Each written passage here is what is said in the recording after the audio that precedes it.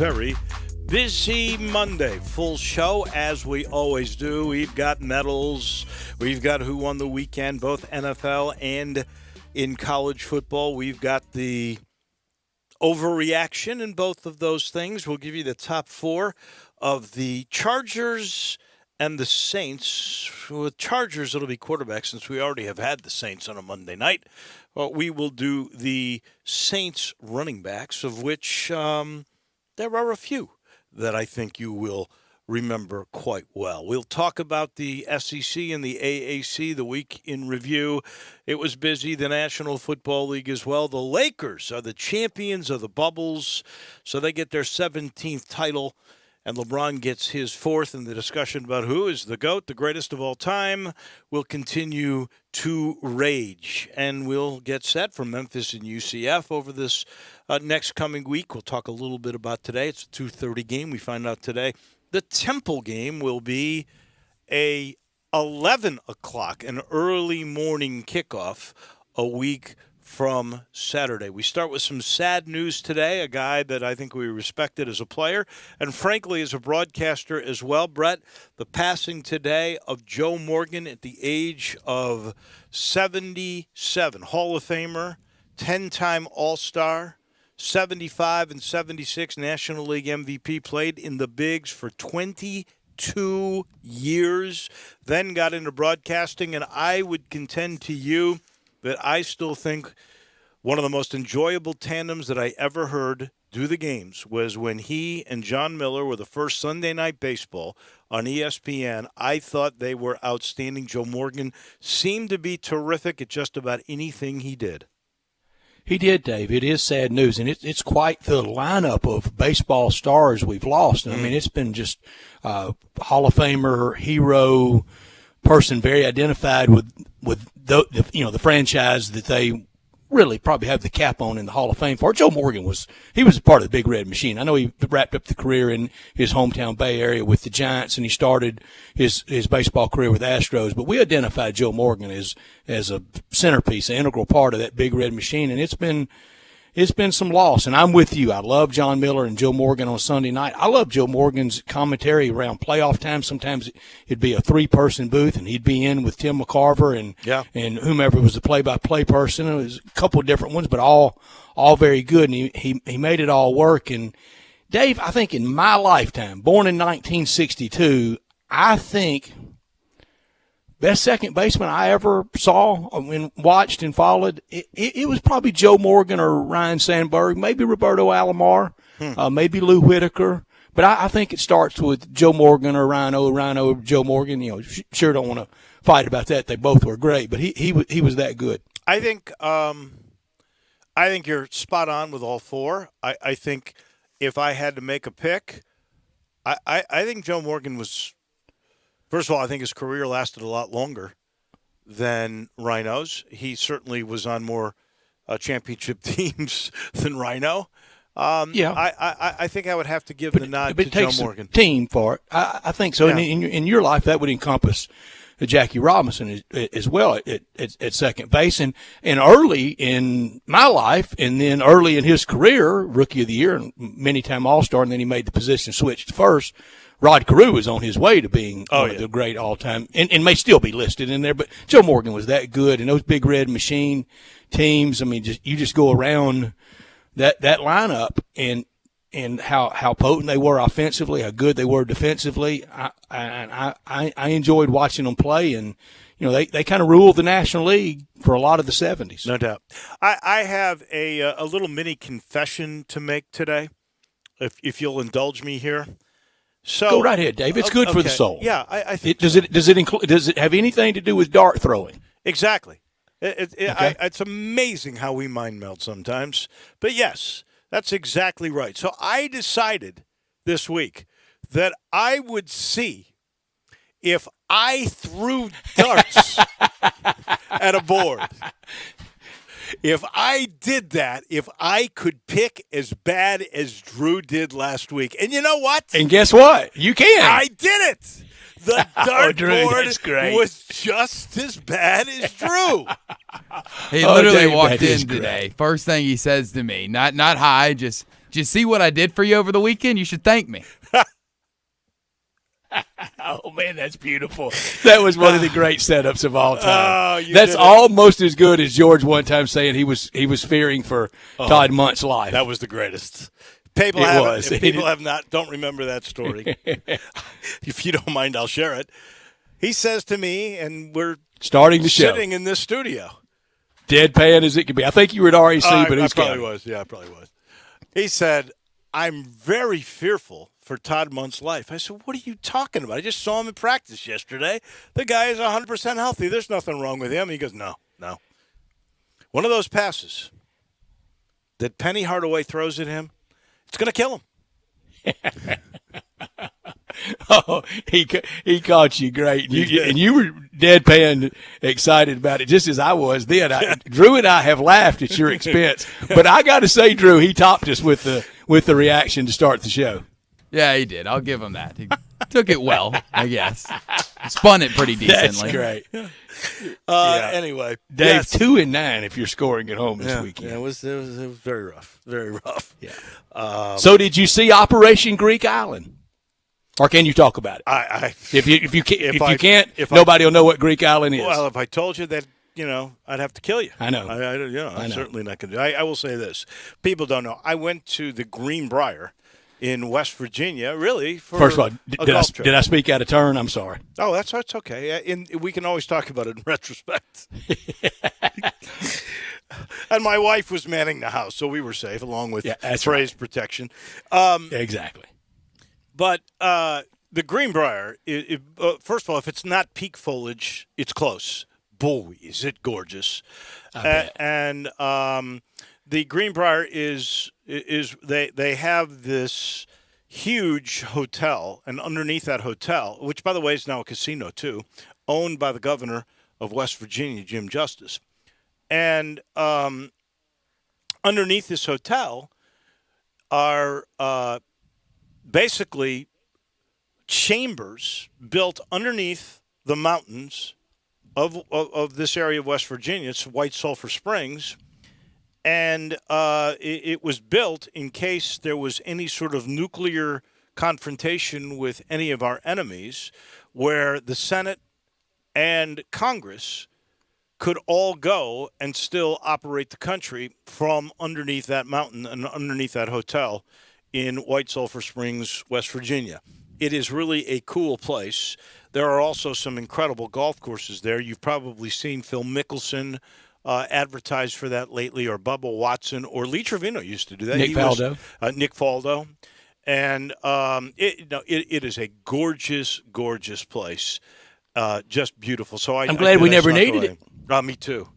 And, now that all these people know about it, and you can take a 45-minute tour of it, now that all these people know about that, I think there is another place, but no one knows where it is. Well, they shouldn't. Right. The Greenbrier kind of got known. A guy in the late 80s, early 90s kind of spoke out of school, and it started getting out. But people, too many people had found out about it, as wont to do, and loose lips when you know what they do. Please tell me you took the tour. You know what? I'm going to take the tour next time I go. We really got caught up in a lot of different stuff, and so I didn't get the chance. I walked into that hotel area in that casino just to see what it kind of looked like, but I did not get a chance to take the tour. But I am going to get set up and do it next time. And there is going to be It's a throwback in time. Yeah, I kind of fell in love with the place, honestly. If you're just looking for great golf getaways, now they can be pricey, I must warn you. But it is. There are just spectacular layouts with views, and you go this time of year, you're going to see unbelievable colors in the trees. But and it's a different part of the country. I mean, it was known. Like what was Sam Snead, who was the very first, I think, pro emeritus of the Greenbrier. He was known as the hillbilly golfer, right? Wasn't that one of his monikers, one of his nicknames? And so, it's a little different country out there for sure, but it is spectacular. And I do think West Virginia will become, especially if, we have a change in politics, and if we stop our reliance on fossil fuels as much as we do now, I think you'll see more and more that the state of West Virginia will try to use tourism and make areas state parks that used to be used for mining. I think you'll see more of that, and that's probably some of the things that we have to change in order to battle with climate change and things of that nature. Don't want to get political, just talking a little bit about the future of what I see for that region. But it's really a cool region, and, it is right there in the heart of where Marshall is. And it's a cool area. You got the state capital in Charleston. You got Huntington that is pretty much all Marshall. That's the economy of that area, and they're all real close together. And it's really, really pretty. So it was a really good trip. A lot happened this weekend besides my dartboard picking, but yesterday I was watching it live. I don't know if you were. When Dak Prescott went down. And I mean, I was.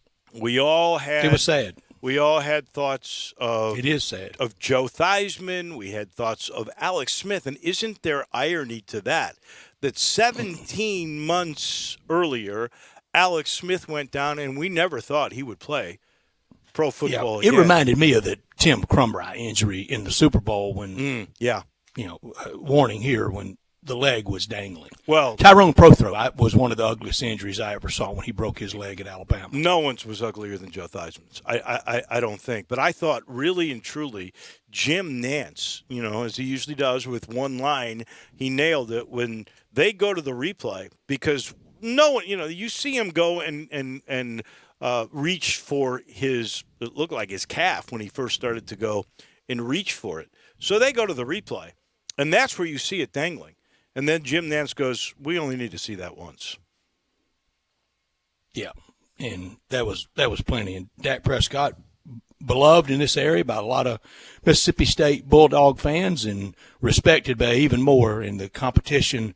I saw the competitor I saw in him in his years at State, and it's been obvious with the Dallas Cowboys, it's been par excellence, and wish him a speedy recovery. I don't care how much money he's making this year. It doesn't make it worth that. No. Or how much he could have been due in the future. Well, wish him well. Let us point out, since we're talking Tremendous about player. that story, that he has gone through what the Cowboys are saying was successful surgery today. It was a compound. Yeah, going home this afternoon. Compound fracture with a dislocated right ankle, and the Cowboys say, at least at this moment, both Jerry Jones and Steve Jones both said, he's our guy next year. He's our quarterback of the future. I sure hope so. I hope so, I too. sure hope so, Dave. If anybody gets the benefit of the doubt, he should get it because he did do the one-year deal this year.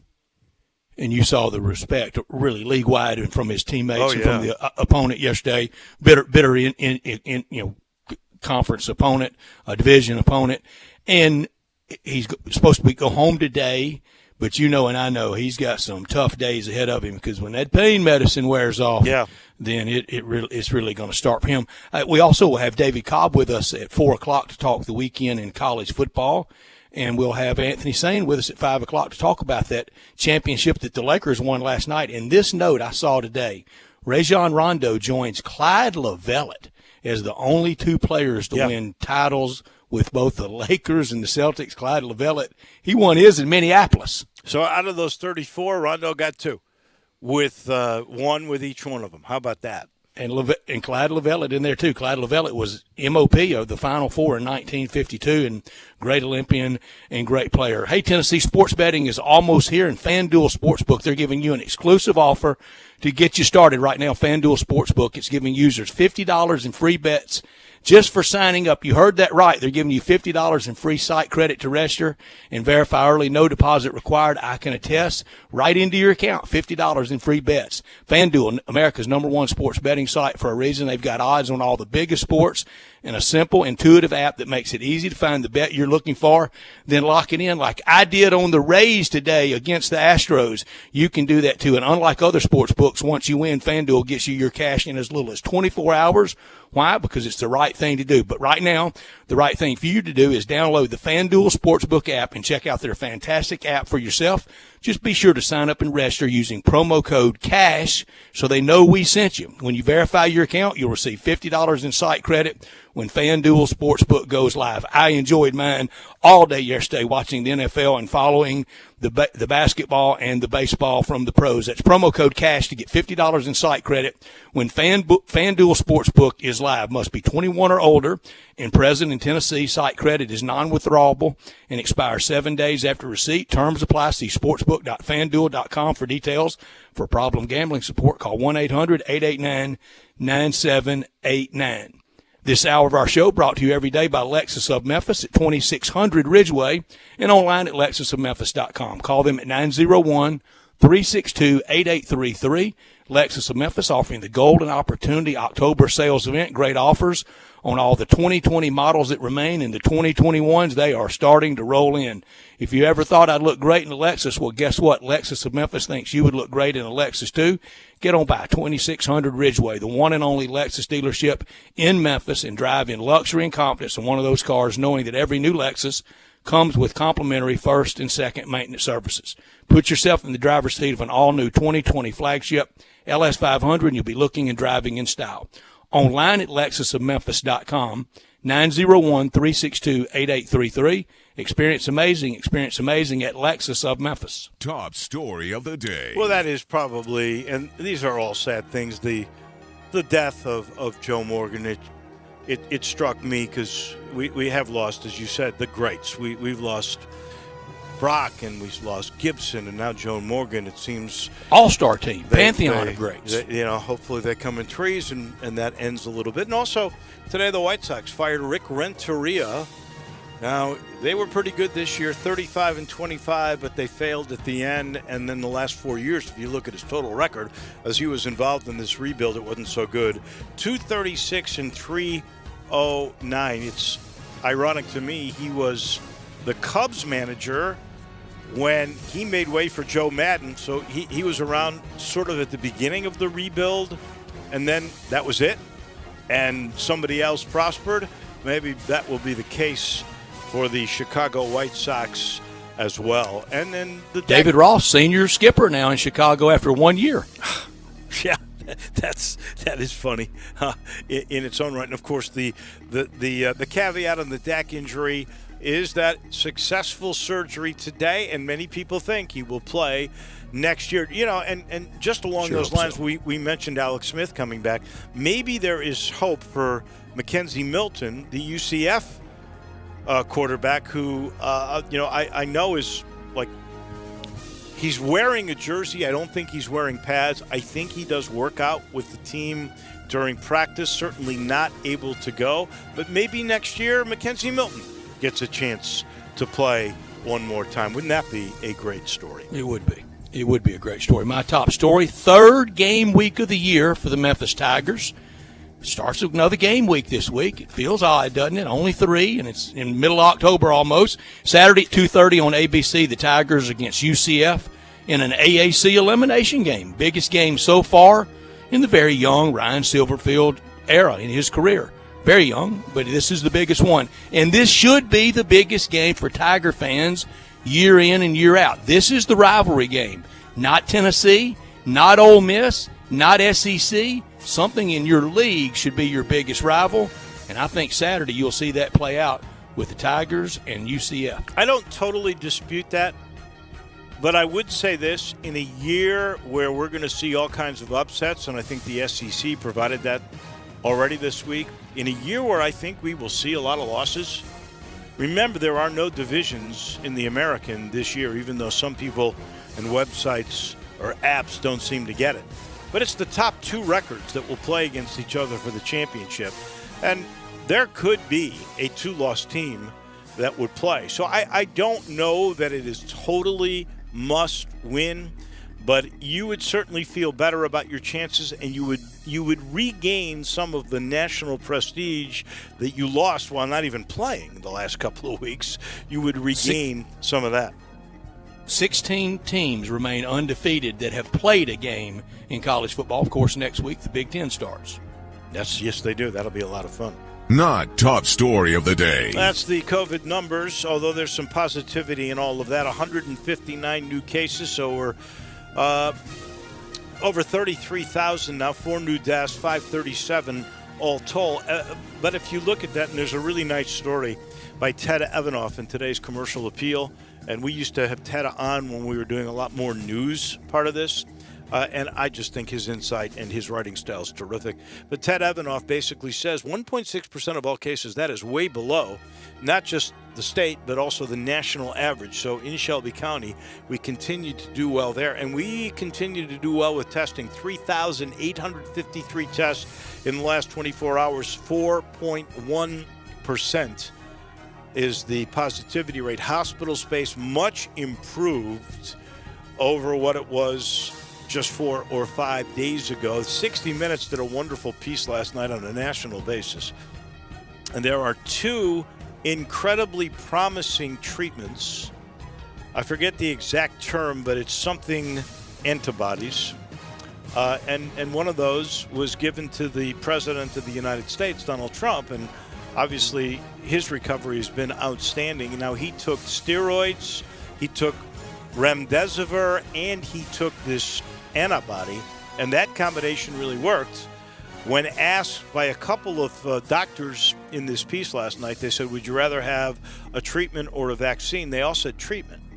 And we are getting really close with 2 promising treatments that even one of the doctors involved in eradicating the real threat of HIV, of AIDS, he's in on this research too, and he made the statement that he thought these treatments certainly could be mass distributed and ready and available probably by next spring or summer. So those were all really positive things. Tennessee, 214,000 cases. Mississippi, 105,000 and 3,100 deaths, and they really have a few issues there, and since they've become a little bit more lenient, they think that that's the reason for the spike. 92,800 in Arkansas, 1,500 who've passed. 8 million in the United States, 38 million around the world, 28 million recoveries, and still work on 177 vaccines. That's your update on the COVID numbers. My not top story in the SEC, maybe not an elimination game between Georgia and Alabama, but the undefeated team, or the defeated team rather, will be very dinged up after Saturday, and it'll leave only one SEC team undefeated. The winner of that game will be the only SEC team undefeated. 11 out of 14 SEC teams are either 1-2 or 2-1. Very little defense. I think very few great teams, and now the first cancellation or postponement with this weekend's game at Vandy at Mizzou, and it was Mizzou's homecoming, and Mizzou very much into homecoming as they started homecoming tradition there. It will not be played this weekend, and it'll probably get more talk about it not being played than it would have been if it had been played. Absolutely.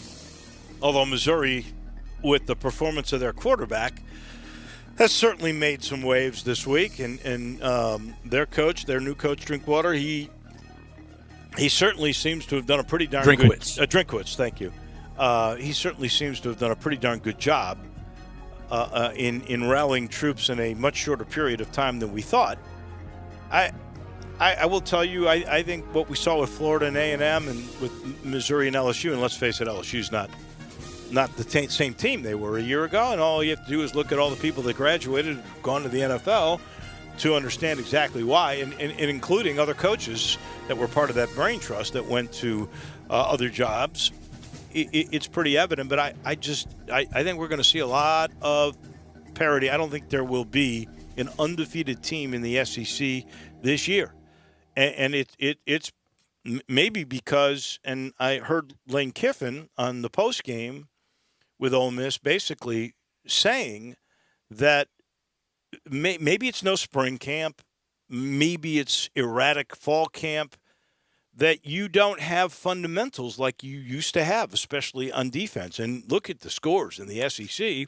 And he made the joking comment to Nick Saban, is there defense in the SEC this week or this year? And it's a fair question when you look at those numbers. Those are your top and you're not top stories, we are officially underway here in the Family Leisure Studios. That world's biggest spa sale still going on at Family Leisure at I-40 and Whidden Road.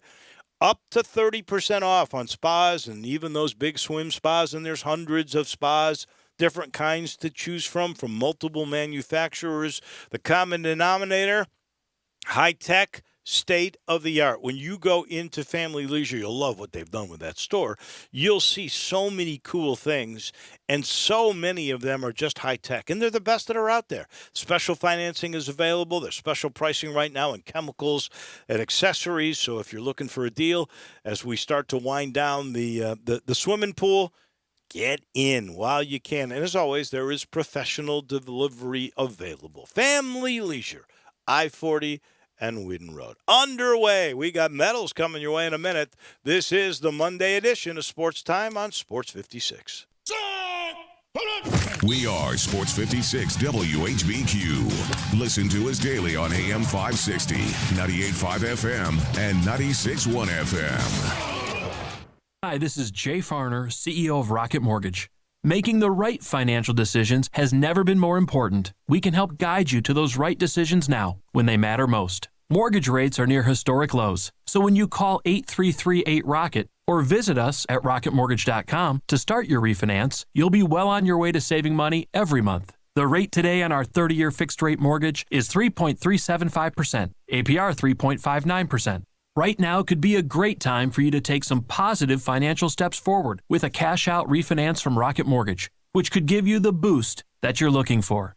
In addition, we may be able to help you refinance with little or no out-of-pocket costs. At Rocket Mortgage, we're committed to every client, every time, no exceptions, no excuses, giving you the best mortgage experience. Call us today at 8338-ROCKET or go to rocketmortgage.com to learn more. Rates subject to change. Pay 1.875% fee to receive this discounted rate. Call for cost information and conditions. Equal housing lender. Licensed in all 50 states. NMLS number 3030. I'm here with the great Pat Donahue from the Rendezvous Restaurant Shipping Department. Thanks, Brett. We've been shipping our ribs all over the country now for decades from our USDA-inspected shipping kitchen in the Pinch District. We hand-cook our ribs in pits that Mr. Charlie built over charcoal, just like they do at the restaurant. So what comes in a rib box? We could do pork shoulder, we could do ribs, our sauce, seasoning, baked beans, coleslaw.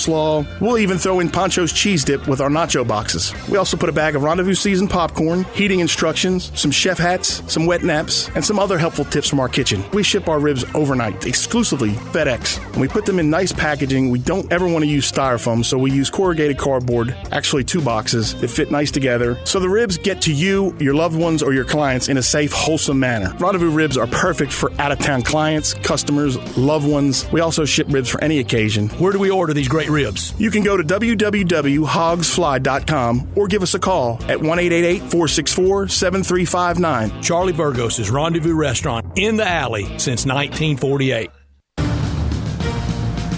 With Hall of Fame quarterback Kurt Warner, Kevin Harlan here from Westwood One with a preview of Monday Night Football with the Los Angeles Chargers at the New Orleans Saints.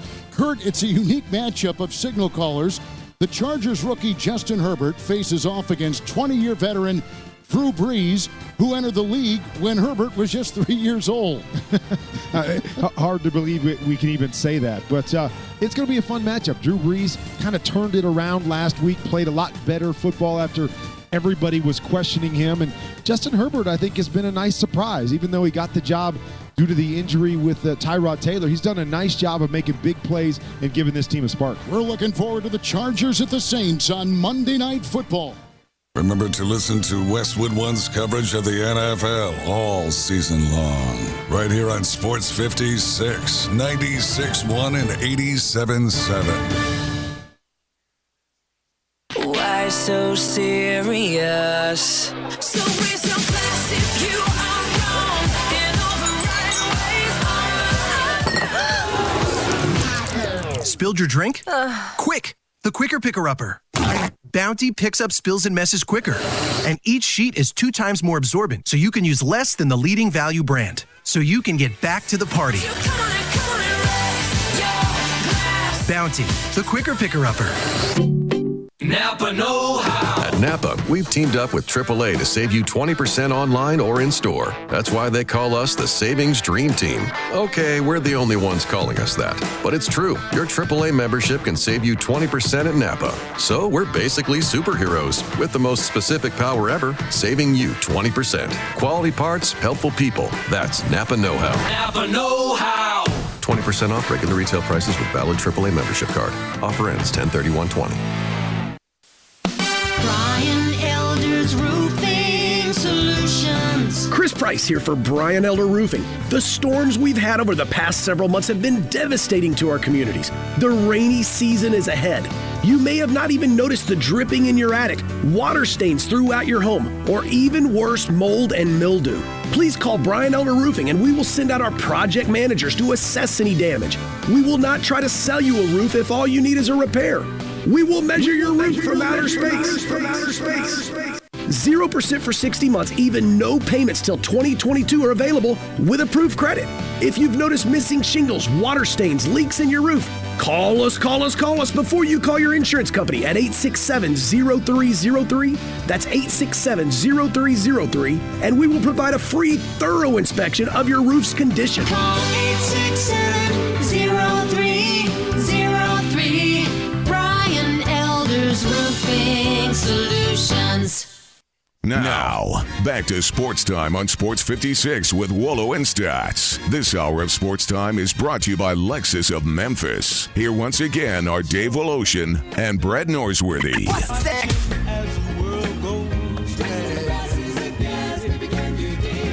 Welcome back in. We failed to mention there is a baseball game going on. They are in we got to make picks, too. Bottom of the first inning between Tampa and Houston, game 2, with the Rays up 1-0 over the, how do I put it, cheating Astros? Should I say that? Star-crossed. Well, let's put it like this. They're already down a game, and now somebody from Tampa went long. First inning, 3-0 Rays. You know who's going to be a happy guy on Wednesday? Margot did. TJ Reeves. Yeah, Margot did. I've already texted with TJ. I sent him 3 baseballs for the 3 runs, and he sent me back a boom. So up 1-0 on the series and 3-0 for this game. We all picked the Rays. I promise you. I got the text to prove to the world last night. We all picked or yesterday afternoon, we all picked the Rays. So we got to pick the National League too. I'm going to go out on the limb. I'm going to take the Braves. You can go out on that limb and watch it. You got snap. your darts, Andy? Watch it snap.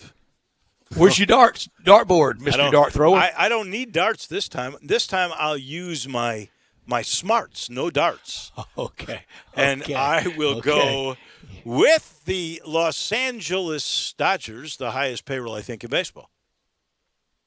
Drew? I'm with Dave. I'm going to go with the Dodgers because, goodness gracious, if they don't pull it off this year, and I know we've been saying that for the last 5 years, if it's not this year, when the heck are they finally going to do it? So I guess this is the year. So give me the Dodgers. I think Drew, did you use dartboard or brain? We now have to clarify this after every pick. Combination of both. Does that count? That's a great comeback. NBA Finals are in. Carl, 13-2 on series picks. Carl clearly our winner. Wow. The 3 of us all tied with 10 points each. Wow. That's amazing. Carl, 13 out of 15. Missed on OKC over Denver and Clippers over – he missed Oklahoma City and the Clippers. He got the other 13 series right. That's pretty good. Yeah, correct. He was outstanding, and his team, the one that he roots got for, a title. Got their 17th The party was on last night in Los Angeles.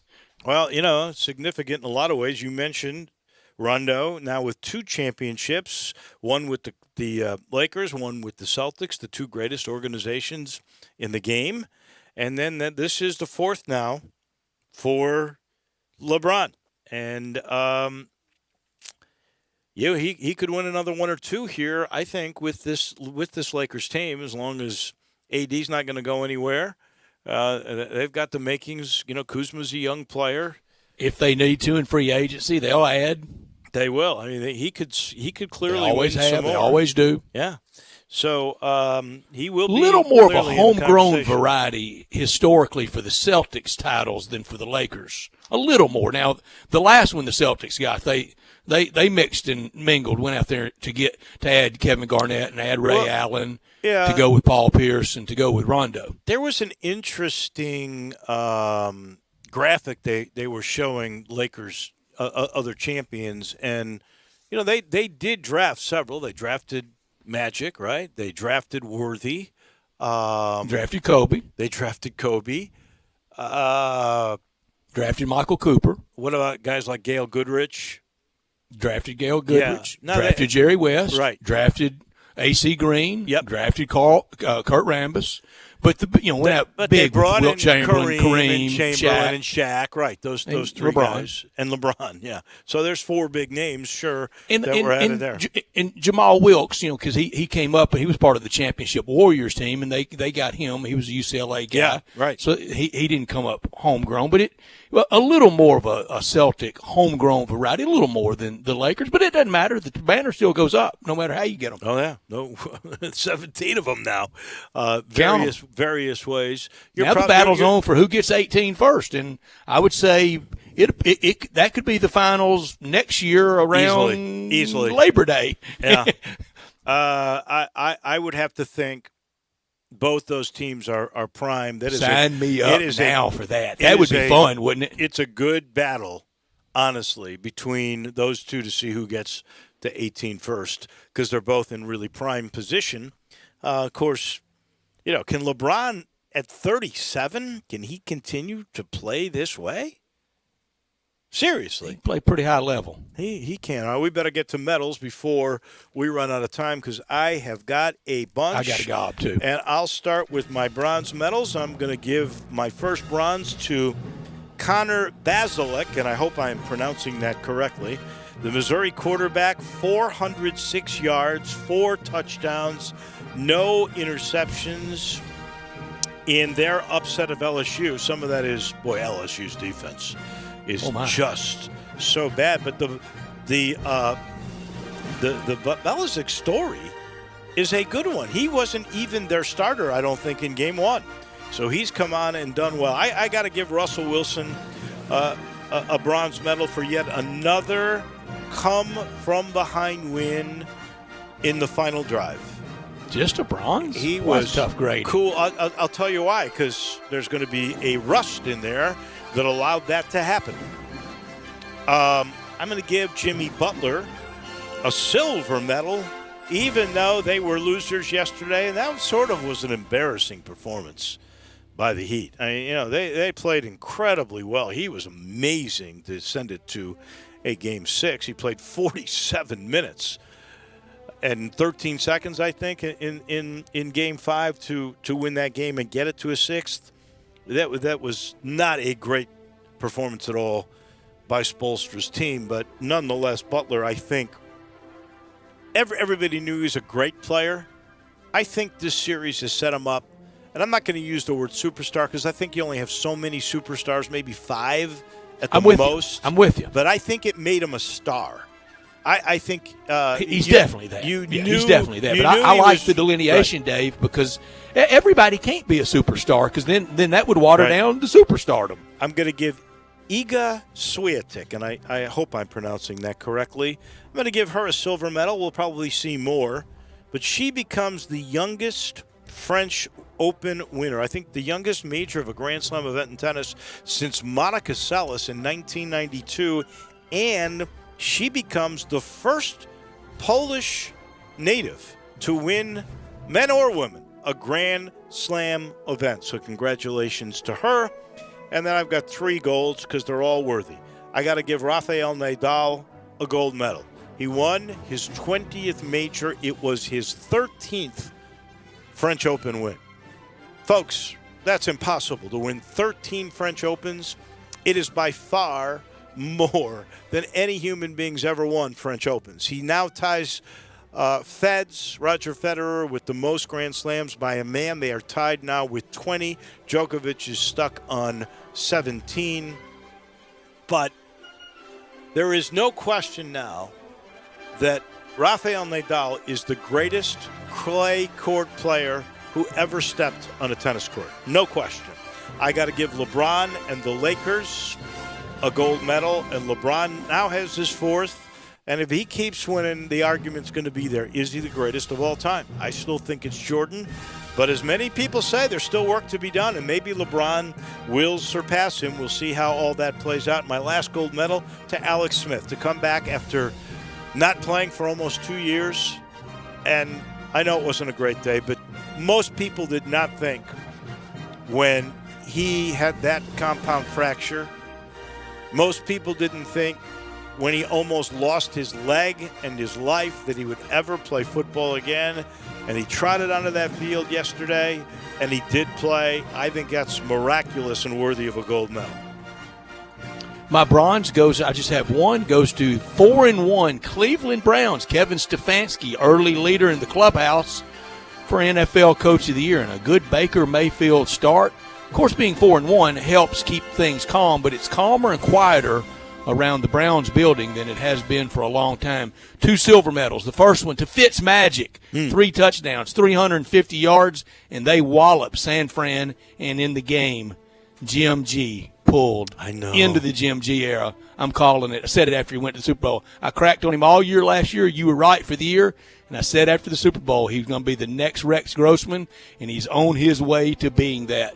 Silver medal goes to the guys in silver britches, as they like to call it. Georgia, they took care of Tennessee. Now they face Bama. What were they watching in preseason camp to have DeJuan Mathis back there instead of Stetson Bennett at quarterback? I have no Gold idea. medal, first one, to Travis Etienne and the Clemson Tigers. Number 1 Clemson Tigers.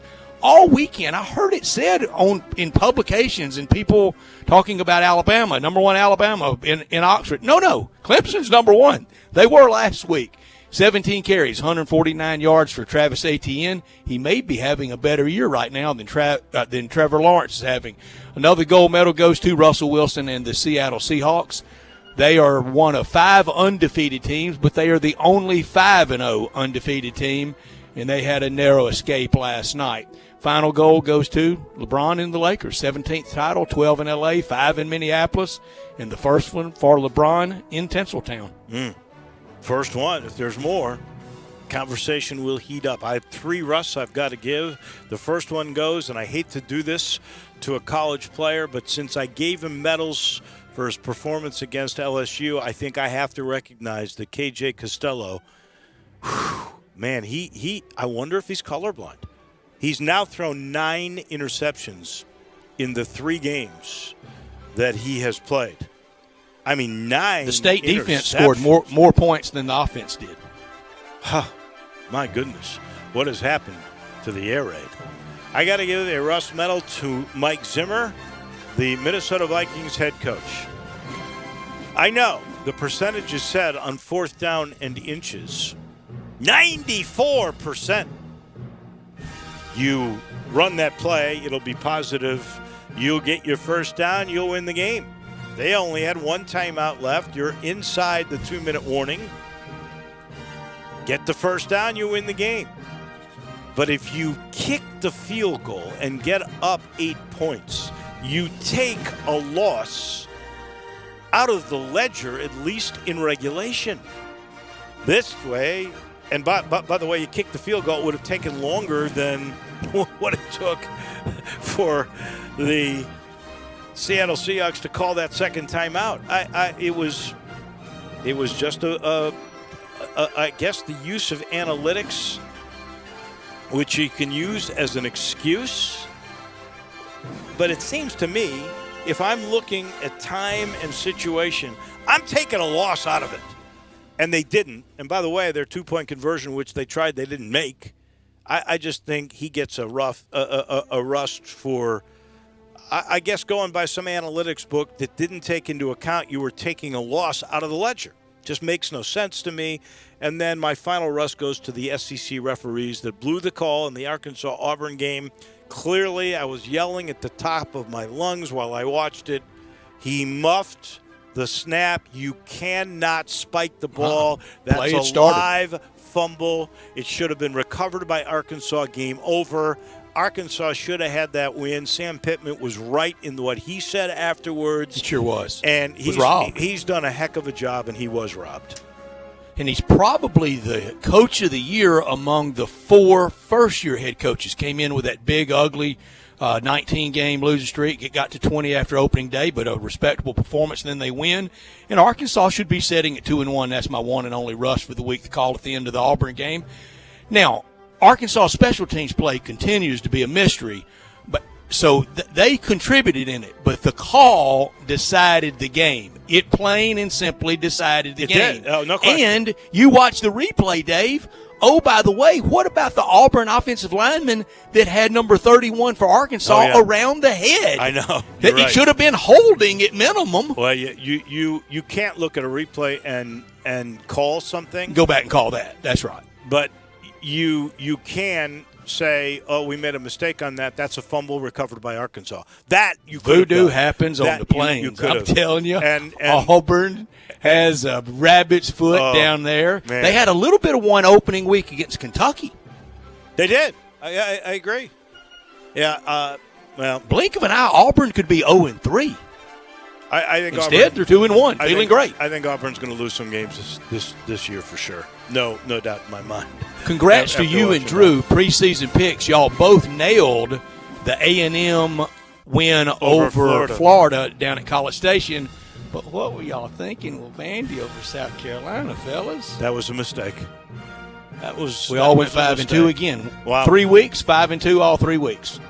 Man, we're pretty good with that. No bloodletting. We got some games this week where preseason will be some blood. Okay, good stuff. We have given you the medals, both good and bad. We've got who won the week in college football and the pros, and the overreactions coming your way.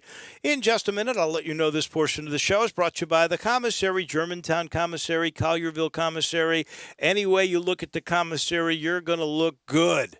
Take home your ribs tonight to watch baseball, the Dodgers and the Braves, or Monday Night Football. You can do that, or you can bring home shoulder. You can bring home any kind of dessert you want. I'm talking banana pudding.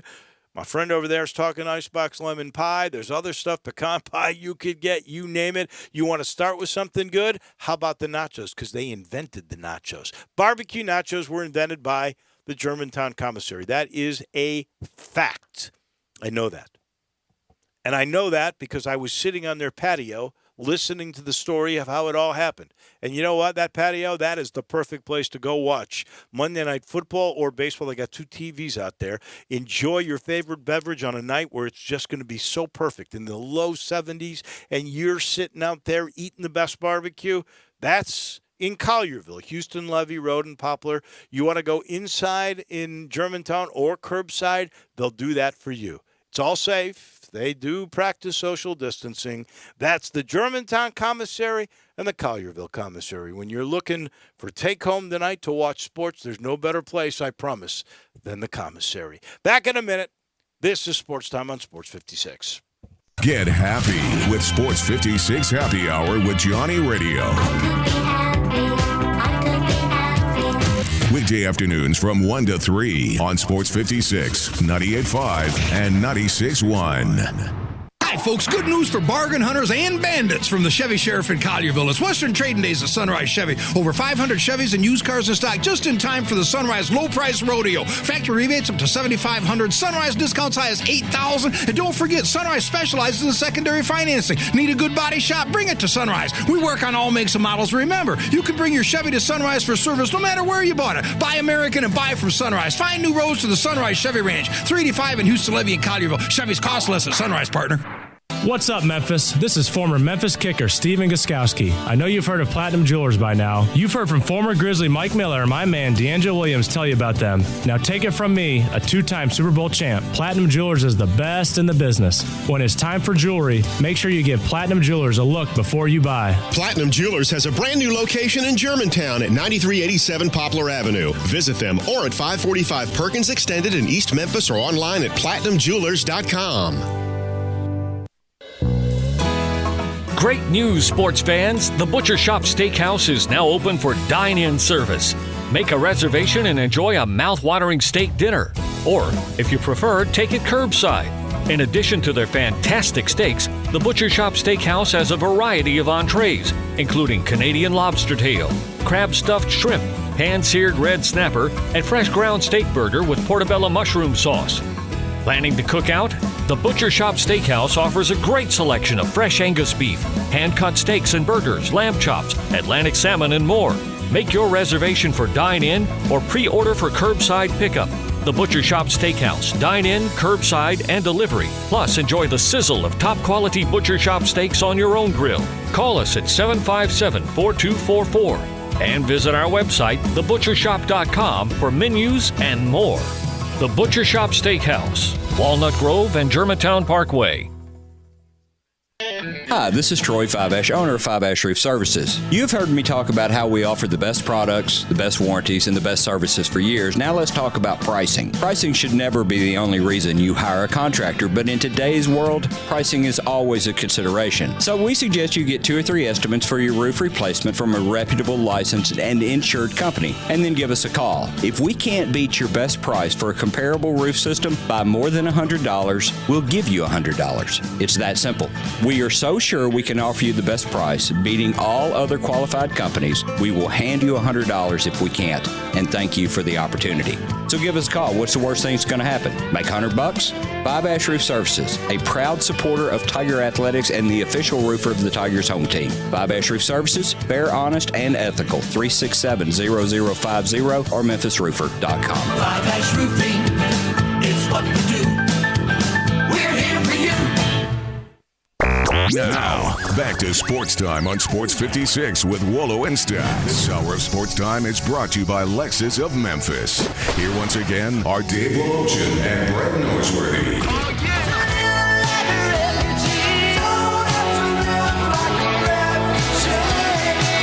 Somewhere, somehow, somebody must have kicked you around some. Tell me why you want to lay there, revel in your abandon. 3-0 Rays, 2 innings in the books in the ALCS. So the Astros coming up to bat in the third. We'll keep our eye on that. Last night, 2-1 game that took 3 hours and 50 minutes to play. Man, for a 2-1 game? 2-1 game. How did it take so long?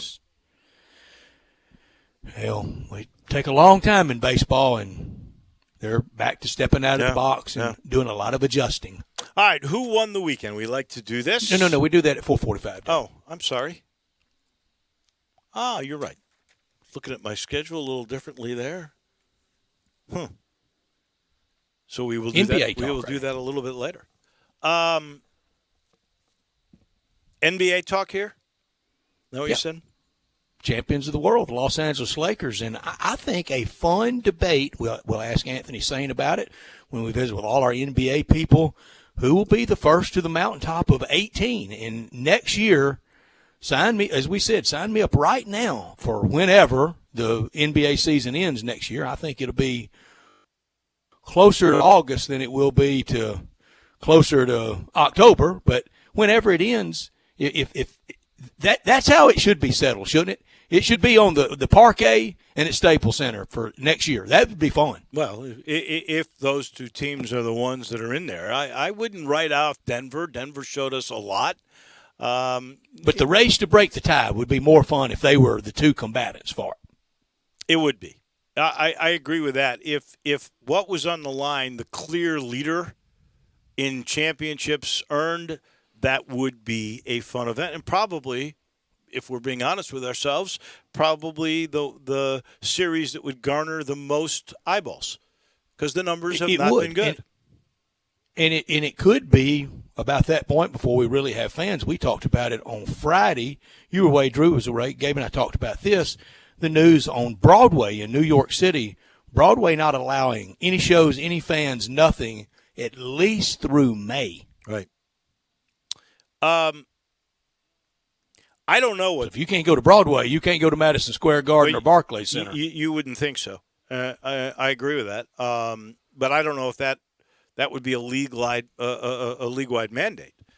That and that could be the local municipality that says no, we're not going to allow that crowd. And that's up to that health department, right? Their mayor, their health department, that would that put that legislation into play.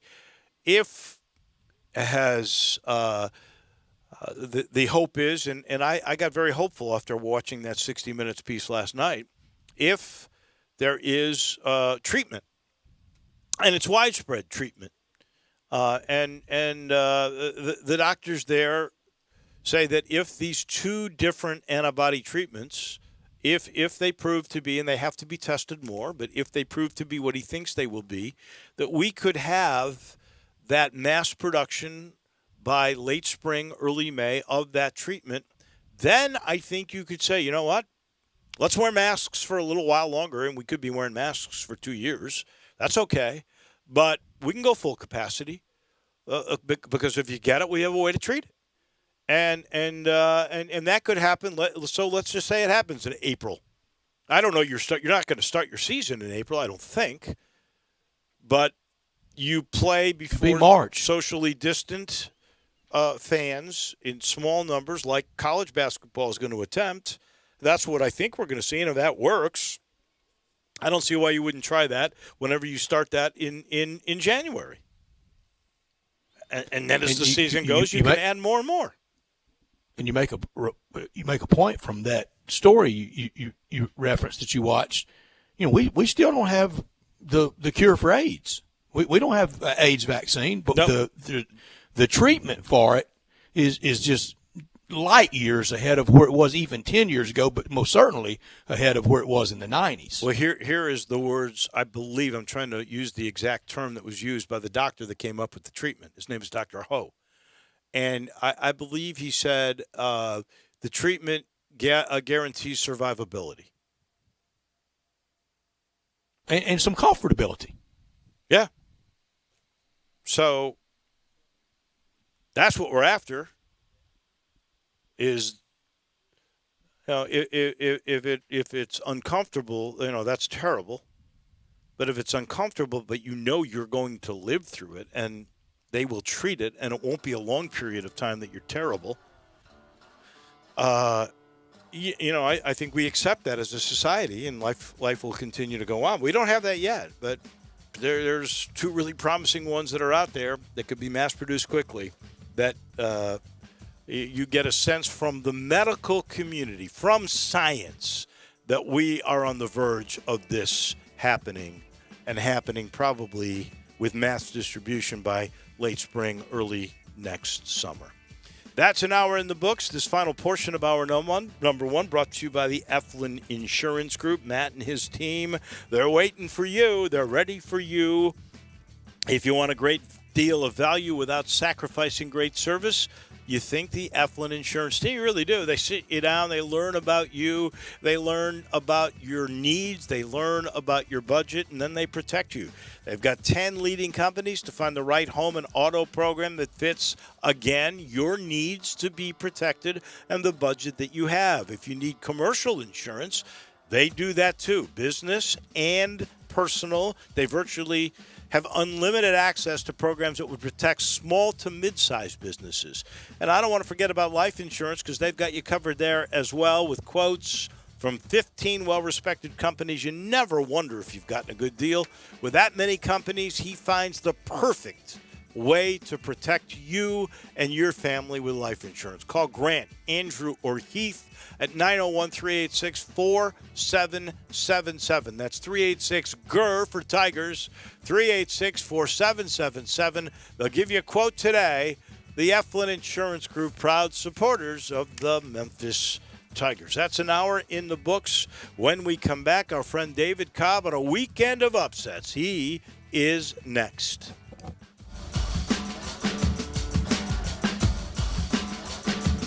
Election Day is November 3rd. If you plan to vote by mail, plan ahead at usps.com/votinginfo. There you will find helpful resources, such as guidance for successfully using the mail, links to find your state's rules and deadlines, information for military and overseas voters, and more. The U.S. Postal Service is ready to deliver for you. Make sure you're ready too.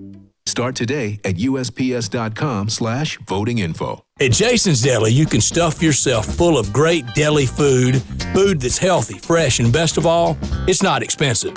Jason's Deli is all about choice. Whether you're looking for a gluten-free menu, vegetarian sandwiches, healthy kids' meals, or if you'd like to invent your sandwich via the build-your-own selections, Jason's Deli has you covered. And they only use fresh, wholesome ingredients. Choose from the club and specialty sandwiches, paninis, wraps, soups, salads, pastas, and much more.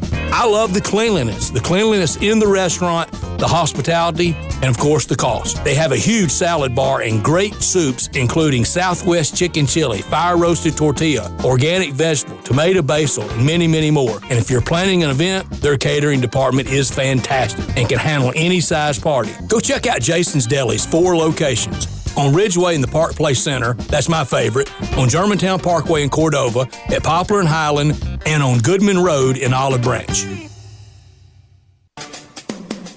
Hi, this is John Conway with Conway Services. When was the last time you had your heating system cleaned? How about a safety inspection? Right now, Conway Services is offering our 16-point Energy Saver Super Tune-Up on your heating system for only $69. That's right, for only $69, we'll come out and perform our 16-point Energy Saver Super Tune-Up on your heating system. We'll also include a complete safety inspection using our state-of-the-art camera system, making sure your heating system is safe to operate this winter. Plus, we'll run a carbon monoxide test on your heating system, all for only $69. You can have the peace of mind knowing your heating system is safe and ready to operate on those cold winter nights. So call Conway Services, the Mid-South's premier heating, cooling, plumbing, and electric service company at 384-3511. That's 384-3511. Call this week and ask for the early bird special, and we'll perform your super tune-up for only $57. Call 384-3511. Conway Services.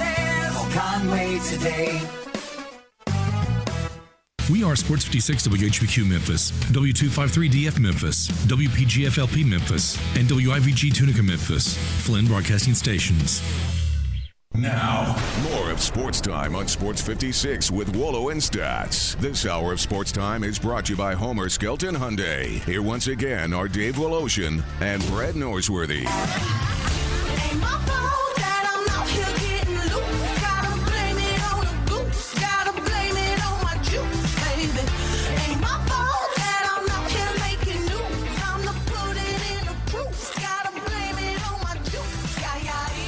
What a weekend it was. We're going to talk a lot of college football with our friend David Cobb from CBS Sports. I'm sitting here and I'm looking at all kinds of little different tidbits and everything that I've written down. One of the craziest things I've seen, and I didn't get to see this drive, Brett, but I know David Cobb, and I want to get into him about the SEC and the Alabama-Ole Miss game. But Navy's final offensive drive that set up a winning field goal is statistically incredible. So you ready for this? The drive took 9 minutes and 6 seconds off the clock. It ran 15 plays, and it gained 26 yards. How is that possible? Well, if you'll notice that game, look at you're talking about the Navy Temple game? Yes. Look at their yards passing in that game, man. They control the clock. And Friday, that was, and I got 2 points out of it. That was my college football shock pick, and I thought it was the perfect opponent for Navy, kind of getting Temple at 0-0 with a lot of things going on around their program, and Navy kind of working through it, and kind of the image that people had of Navy after this early part of the year, and Coach Ken, he got his win. Well, all I'm saying is, again, I didn't see the drive. I'm just trying to figure it out. 9 minutes off the clock with change, 15 plays, and all you gained was 26 yards, there had to be penalties in there that backed you up and got you Yeah, going. they went backwards some. Yeah, that there had to be. That is one of the craziest lines I've seen in a while. In the meantime, a guy who sees crazy things all the time in college football, that would be David Cobb, our friend from CBS Sports. And so Alabama and Ole Miss combined for 1,370 yards. That's the most by any two teams in the history of the SEC. The point totals in that, only two other games, each went 7 overtimes, had more points. My question for you, David Cobb, is that just great offense or terrible defense or a combo? Yeah, first off, that was the first time I've really this season felt like, man, I wish I was there. And so I'm jealous of these stats because I was sitting there watching that one on TV and was like, I wish I could be seeing this in person right now, because that was unlike anything I've ever seen in the SEC. I mean, it was a Big 12 football game. The stat I saw today that just blew my mind was that of all the yards Alabama could have gained in that game, it only left like 42 yards on the table or something like that, because they only punted one time. And I don't know, maybe they were on the 42-yard line. I'd have to go back and look at the stat. But of all the yards they were capable of getting, they left less than 100 on the board. I mean, it was just insane. So, yeah, on Ole Miss's part, definitely bad defense. But then in terms of what Ole Miss did on offense, I just give a lot of credit to Lane Kiffin. Because, and to the offensive coordinator, Coach Lebby, and Jeff Lebby, David, it was a masterpiece. And something's got to give for both of those teams this week, because they're playing a lot more defense than they really played all year. Bama against Georgia and Ole Miss against Arkansas. The old pregame tease of something's got to give. Well, it really does. It really will have to in both of those games. And the thing that shocked me the most, the Ole Miss offensive line playing really a combination of about 6 to 7 guys, and there are 3 freshmen in there and a couple sophomores. Only one senior, Royce Newman. It really moved Bama around at will all night, David. Dave, I could not – I mean, in the offensive trenches, Ole Miss's offensive line could hold up against that Bama defense, and that Bama defense has people that everybody in college football recruited and everybody would take today. Yeah, it was shocking. I mean, it really was, because, I mean, I didn't have Ole Miss's offensive line tagged as one of the better offensive lines in the SEC entering this season. So for them to be so successful, it was wild. I guess, it's even more, I don't know, concerning, but just mind-blowing to me is the second part of what you're saying there, stats about, these are talented players that SEC has, and so, or that Alabama has, that anybody would have wanted. And so, what's going on with Pete Golding and that Alabama defense? Because right now, Georgia's defense is the only one in the Southeastern Conference that looks like anything that resembles a national championship-worthy type of defense. I mean, it's just shocking to see Alabama struggling to this degree on defense, because there were some holes exposed against Texas A&M, but you thought they might be fine. And then on Saturday, it was taken to a whole other level. And this comes after, a couple of years where they've kind of slipped a little bit. And so I don't know what to attribute that to, if you credit it more to the offensive innovation of the league. But if Alabama's going to be the dominant team that it has been over the last decade plus, it's got to play better defense. Because we know, obviously, that its offense is great now, but its offense has been good now for a few years. But the teams that are going to be there with a real chance to win the national championship play better defense than what Alabama did the other day. So that's something that I'm definitely watching as a major storyline, for the rest of this college football season. How much of that is that maybe Lane Kiffin knew what was coming from the Saban defense? I don't know the answer, but you heard the Nick Saban quote about he was they you were heard the Bama players a step ahead of us on every call. Almost like they were stealing the defensive signals. And did you see Lane Kiffin's response to that? Was, wait a second, we lined up so quickly. We were lined up before they had any offensive lined up, rather defensive lined up. So that just is not the case. there's definitely some general familiarity with the way Alabama does things that I think helps Lane Kiffin. I don't think there's any doubt about that he had a good idea, a better idea of how to game plan against Alabama than any other coach in the SEC because of how recently he worked with Nick Saban. I mean, if I've got the timeline right, I mean, I guess he and Jeremy Pruitt would have been the two most recent SEC head coaches to work with Nick Saban. And so, yeah, I mean, I'm sure Lane was uniquely equipped to game plan. I mean, it was evident by how well Ole Miss played offensively in that game that he knew how to poke holes in what Alabama was doing. But to suggest that they were somehow signal stealing or doing something dishonest there, I think is probably a bridge too far. Because I would lean with what Lane Kiffin said. Because while there were a couple of times where they slowed things down and got somewhat methodical, for the most part, I mean, the pace they were playing at in that game was pretty breakneck, and I kind of doubt that really had much of an impact beyond just the general familiarity.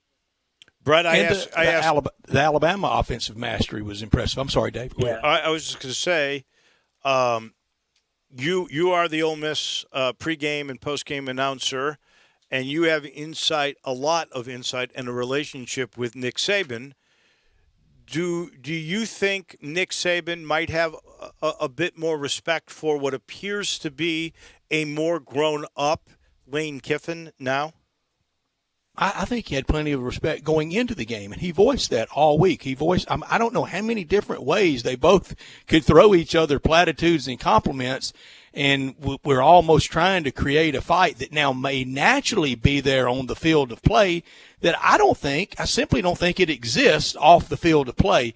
And in the last 4 years, Ole Miss has allowed to Alabama 63 Saturday night, 59 last year, 62 in 2018, and 66 in 2017. Held them to 48 in 2016. I mean, that's just a lot of points allowed, and you're just not hardly ever going to win a game like that. And they know that at Ole Miss. They've got to improve recruiting and personnel on the defensive side.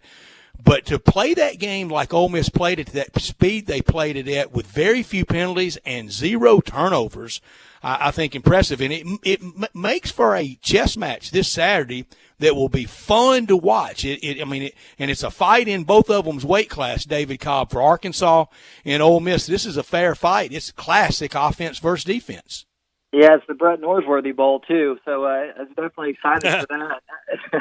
But I've been also incredibly surprised by Arkansas and their just ability to compete. I mean, they got jobbed against Auburn with the Bo Nix spike that was really a fumble. I mean, from everything I've ever heard, the officials are trained in a potential fumble situation not to blow the play dead, because once you blow the play dead, you can't go back and review it because the play's been blown dead. And so they trapped themselves in the final seconds of that game by blowing that spike dead. And it robbed Arkansas of a chance to be 2-1. I mean, it just shocking. Robbery. Shocking, though, to think that Arkansas robbery. was a play away from being 2-1. While LSU and great play from Felipe Franks. Yeah, yep. I didn't see that coming, and that's to me probably, I guess, with Barry Odom coordinating the defense, it's not, I guess, as surprising to see the Arkansas defense playing fairly well. But yeah, I mean, with as bad as Arkansas looked offensively in the opener against Georgia, my confidence level in their ability to put something together like what they had the last 2 weeks was pretty minimal. But as it turns out, that first week for Arkansas may have just been a product of the fact that they ran up against a Georgia defense that looks like it's the best in the country. Because Franks has been pretty good since. Arkansas looks competitive, so hats off to Sam Pittman for that. And like I said, everything that I've seen so far in this season points to Georgia having, I think, the greatest defense in the country right now, which makes Saturday's game between Georgia and Alabama just so captivating. It's going to be a thriller because you got arguably one of the best offenses in the country in Alabama versus what I think so far is clearly the best defense in the country in Georgia. I see that Alabama is the favorite in that game, and they're going to lose a defensive back. He's out for the first half of that game, and their defense has not exactly been stellar. I'm a little surprised that George is the underdog in the game. Yeah, I guess in years past, I would have sided with Georgia going into this one just because, defense wins championships, right? And that's sort of been the legacy of the SEC to a certain extent, especially during the dominance that Alabama had during Saban's early years. But now I think that, things are really trending more and more towards the team with the best offense. Now, obviously, Alabama needs to get better at defense. I've talked about that already. But I think right now, if I had to pick, I would go with Alabama's great offense over Georgia's great defense. Just because I think that Georgia showed maybe just a little bit of susceptibility to the deep ball against Tennessee in the first half, and Tennessee it has good receivers, but it doesn't have great receivers. Alabama has great receivers with Waddell, Minchie, the list goes on. And so I think right now I'm siding with Alabama's offense, but I could be wrong about that because I thought Tennessee would get the running game going against Georgia because they had a much better offensive line than Auburn did, and Auburn struggled against Georgia in that way. But Georgia just shut that down in a heartbeat, especially in the second half. That was really impressive to watch. David, Tennessee and the progress that Coach Jeremy Pruitt has made, it's obvious. We said it last week. He's done the kind of the opening bid. He's completed that. He's got them real or perceived against the teams that they should beat. They're beating. Now he's got to do it against Georgia, Florida, and Alabama. Can he make that next step with Jarrett Garantano? Yeah, I doubt it. I'm pretty skeptical of that. It's just so inconsistent with Jarrett Garantano. And so I to a certain extent, I see why Jeremy Pruitt has stuck with him and what Jeremy Pruitt likes, because at his best, Garantano is the sort of a traditional game manager. He's a Stetson Bennett or a Greg McElroy who maybe actually has a better arm. He's got a better arm than I think either of those two guys that I mentioned. But the McElroys, the Bennetts, those are your classic sort of game managers. Those are the types of guys that somebody with Jeremy Pruitt's background would be most comfortable with. But then he just has these episodes, seemingly once every 4 or 5 games. And it just so happens that they've been in some of the big games during his career where he kind of falls apart. And so the blame shouldn't all be on him, on Garantano for what happened against Georgia, because that offensive line came in with a lot of hype and really disappointed and put him in some really tough situations. But the answer to your question is that, no, I don't see Jarrett Garantano leading Tennessee to a victory over a team like Alabama. I think the ceiling for what Garantano could do as a quarterback is what he did at Auburn a couple of years ago, when he got hot throwing the ball down the sideline to big-time receivers like Marquez Callaway and Juwan Jennings, and they came out with an upset on the Plains. I think that's sort of the ceiling of what he can accomplish is beating a top 10 to top 15 team, but probably not breaking through against that, real bona fide national contender. So it is what it is. It's just the fact of life. They got some other younger quarterbacks on the roster who could be better. Pruitt's going to stick with Garantano for now, but I don't think he gets him through that ceiling. I'm with you. I'm not the biggest fan of Garantano's. I don't think he's a great quarterback by any means, but I think a lot more of the blame goes on the Tennessee offensive line. They were not able to move Georgia at all. I was listening to a bunch of that game, and the point was made that in the first half, when they were up and they had 3 touchdowns in that first half, and then of course never scored again, they got 2 long passes that were for touchdowns. They had only 1 drive in that whole first half where you could say, okay, they put it together, the offensive line really functioned, and they worked together as an offense. They had big plays that provided the other 2 touchdowns. Their offensive line was beat up by Georgia the whole day. It's tough for any quarterback. I don't care if you're Tom Brady. If you've got no time and you're getting pressured at every step, you got no chance. You got no chance. And I think the blame really squarely goes more on the line than it does on Garantano. And then if we look at these numbers for this week, Missouri 45-41 over LSU, A&M 41-38 over Florida. South Carolina put 41 on Vandy. 44-21 in that Tennessee game. 30-28, okay, reasonable Auburn, Arkansas. Mississippi State and Kentucky, that was a weird game. That was 24-2. Alabama 63-48. And Lane Kiffin was joking, but I think there is some truth in all this. Where's the defense in the SEC? It's gone. It's at Georgia, and it's nowhere else.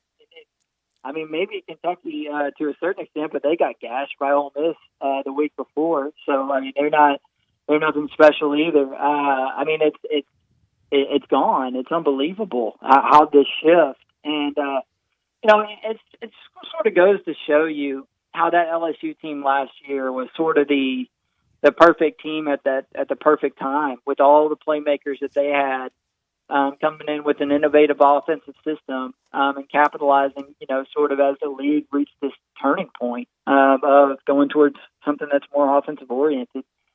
I mean, somebody made the point today. I was reading this essentially the SEC's kind of been behind the times, but because they've had the most talent, they've gotten away with being pretty dominant in college football. Now think if thematically most of the teams in this league evolve maybe and sort of put the offensive spin on things that some teams in the Big 12 have taken with the athletes that the teams in this league recruit every year. I mean, they could take it to another level of dominance, to be quite honest. But again, there's got to be more defense because once you get to the college football playoff, if you're Alabama and you tried out the defense that you tried it out there against Ole Miss, against a team like in Ohio State, you're going to end up in a track meet, and anything can happen. And so I am worried about the overall health of defense in the Southeastern Conference because Georgia's got a good one, and I'm not sure who else does. I mean, you would typically think of Auburn as being a defensive stalwart. Maybe Arkansas. 28 points to Arkansas. But, yeah, I mean, Arkansas, I think probably one of the best defensive performances of the season so far is what Barry Odom did against Mike Leach in the second week of the season. Sort of gave the rest of the league a blueprint for how to defend the air raid. But on the whole, it's just wild, and I wonder if it'll begin to show, come the college football playoff or come next season when there are actually non-conference games. Can the SEC maintain this level of dominance that it's had in years past with an offensive-oriented league? I don't know. I'm starting to wonder about that air raid offense because they scored all those points against a defense, LSU, that is clearly terrible. Yeah, well, the shine has worn off of what Mississippi State did in week one. I mean, don't get me wrong, that was an awesome game. But LSU is clearly, I mean, nothing even resembling what it was a year ago on either side of the ball. Oh, it seemed like during the offseason, Ed Ogeron wasn't crying too much about losing Dave Aranda to Baylor. But you know what? Maybe that was a bigger loss than he thought it would be because that LSU defense under Bo Pelini that's embarrassing. Missouri was down two of its top receivers and starting a freshman at quarterback who had never started before, and they just gashed LSU. I mean that's embarrassing. So I think they maybe missed Dave Aranda a little more than they thought they would. Well, let's just think of this: they gave up 623 yards to a Mississippi State offense that hasn't done very much since. 2 points against Kentucky, a lot of interceptions. They gave up 400 yards to this freshman quarterback that you're talking about, and then in the in-between week, I'm trying Vandy. I don't handle him. Yeah. I'm not ready to say that Mississippi State's been figured out because I just think they exploited a bad defense. Yeah, no, they did. I'm surprised. The one, I'm not a betting guru by any stretch, but to see Texas A&M as only a 6.5 point favorite against Mississippi State this week, that's a Texas A&M team that just beat a Florida team that a lot of people think can compete for an SEC title. And now they're less than a touchdown favorite against a Mississippi State team that's been awful the last 2 weeks. So I saw that one for this upcoming slate, and I would suggest hopping on that because We might have faded A&M a little too quickly after they got blown out by Alabama. They might take around for a little bit, so I would take A&M in that one. I think you can clearly, probably on the happy meter, Georgia probably the happiest fan base right now, 3-0, and found them a quarterback they weren't really expecting, solid players, solid recruiting, all that good stuff. After that, could you make a case that Arkansas and Ole Miss at 1-2 are the happiest fan bases in the league? Because of what they suffered through, sure, absolutely. I mean, I think Georgia fans, certainly pleasantly surprised at how their season's gone so far and how the defense has been. But, yeah, I mean, because of all the things we talked about all offseason, about how hard it was going to be for these first-year coaches, and heck, for that matter, you might even throw Missouri in if they beat LSU. That one kind of went overlooked. And they're 1-2.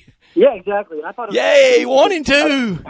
I thought it was going to be such a miserable season. We all did for those first-year coaches who didn't have spring practice. But now, oddly enough, it looks like Mississippi State might be the most miserable even after the way they started the season. Because all four of those games were first-year coaches are 1-2.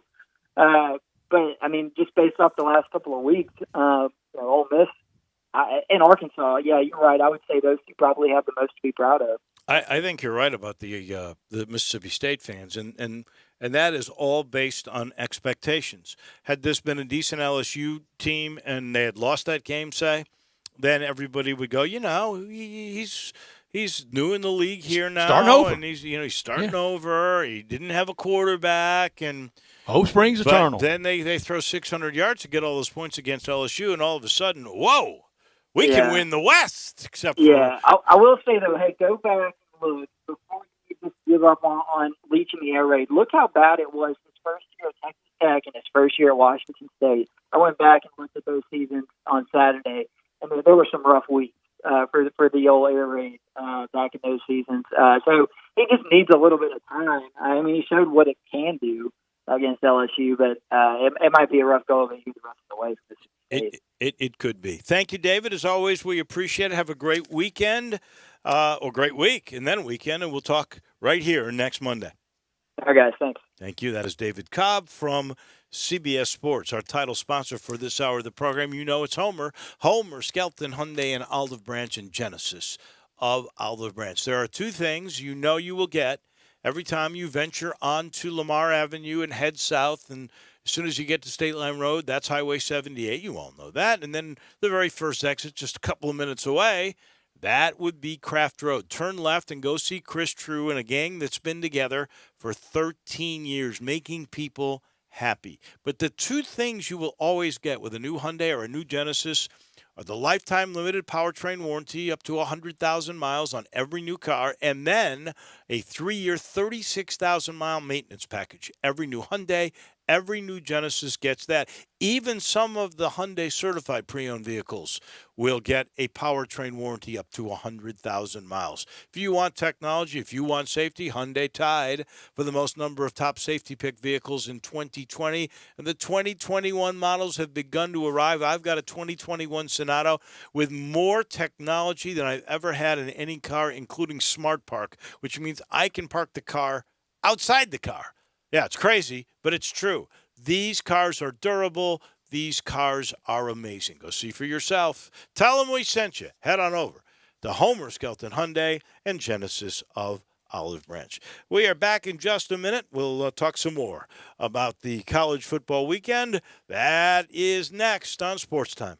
Same great shows. We welcome you back to Sports 56 Middays. What's up? It's Sports 56 Happy Hour. A new spot on the FM dial. Check out Sports 56 on our new FM home at 98.5. Napa know-how. At Napa, we've teamed up with AAA to save you 20% online or in-store. That's why they call us the Savings Dream Team. Okay, we're the only ones calling us that. But it's true. Your AAA membership can save you 20% at Napa. So we're basically superheroes with the most specific power ever, saving you 20%. Quality parts, helpful people. That's Napa know-how. Napa know-how. 20% off regular retail prices with valid AAA membership card. Offer ends 10/31/20. Ladies and gentlemen, today's opponents on Man versus Train. At the crossing, we have Rick, a 175-pound frustrated man who's running late for work. And on the tracks we have Bull, a million-pound freight train that takes a mile to stop. Let's see who comes out on top.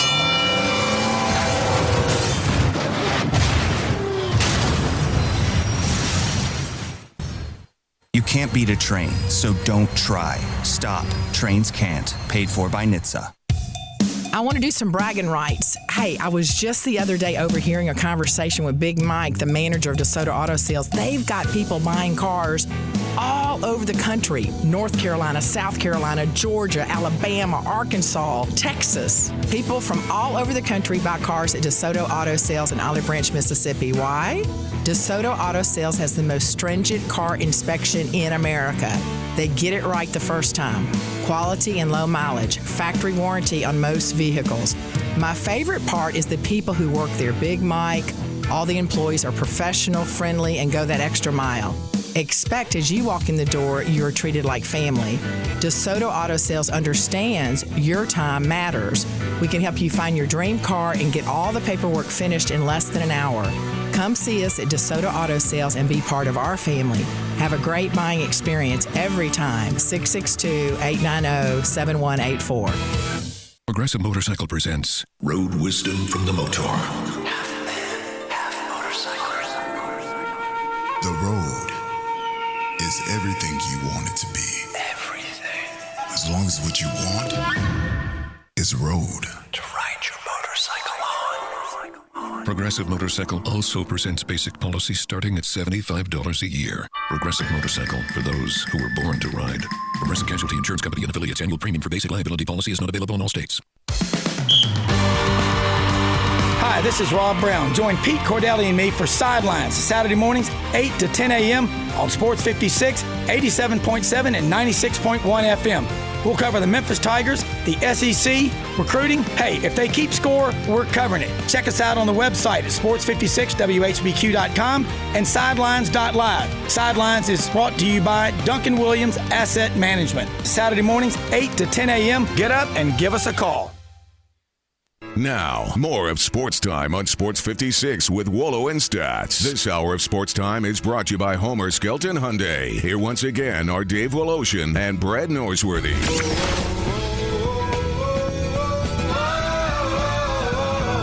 Cruising through our Monday, talking a lot of college football.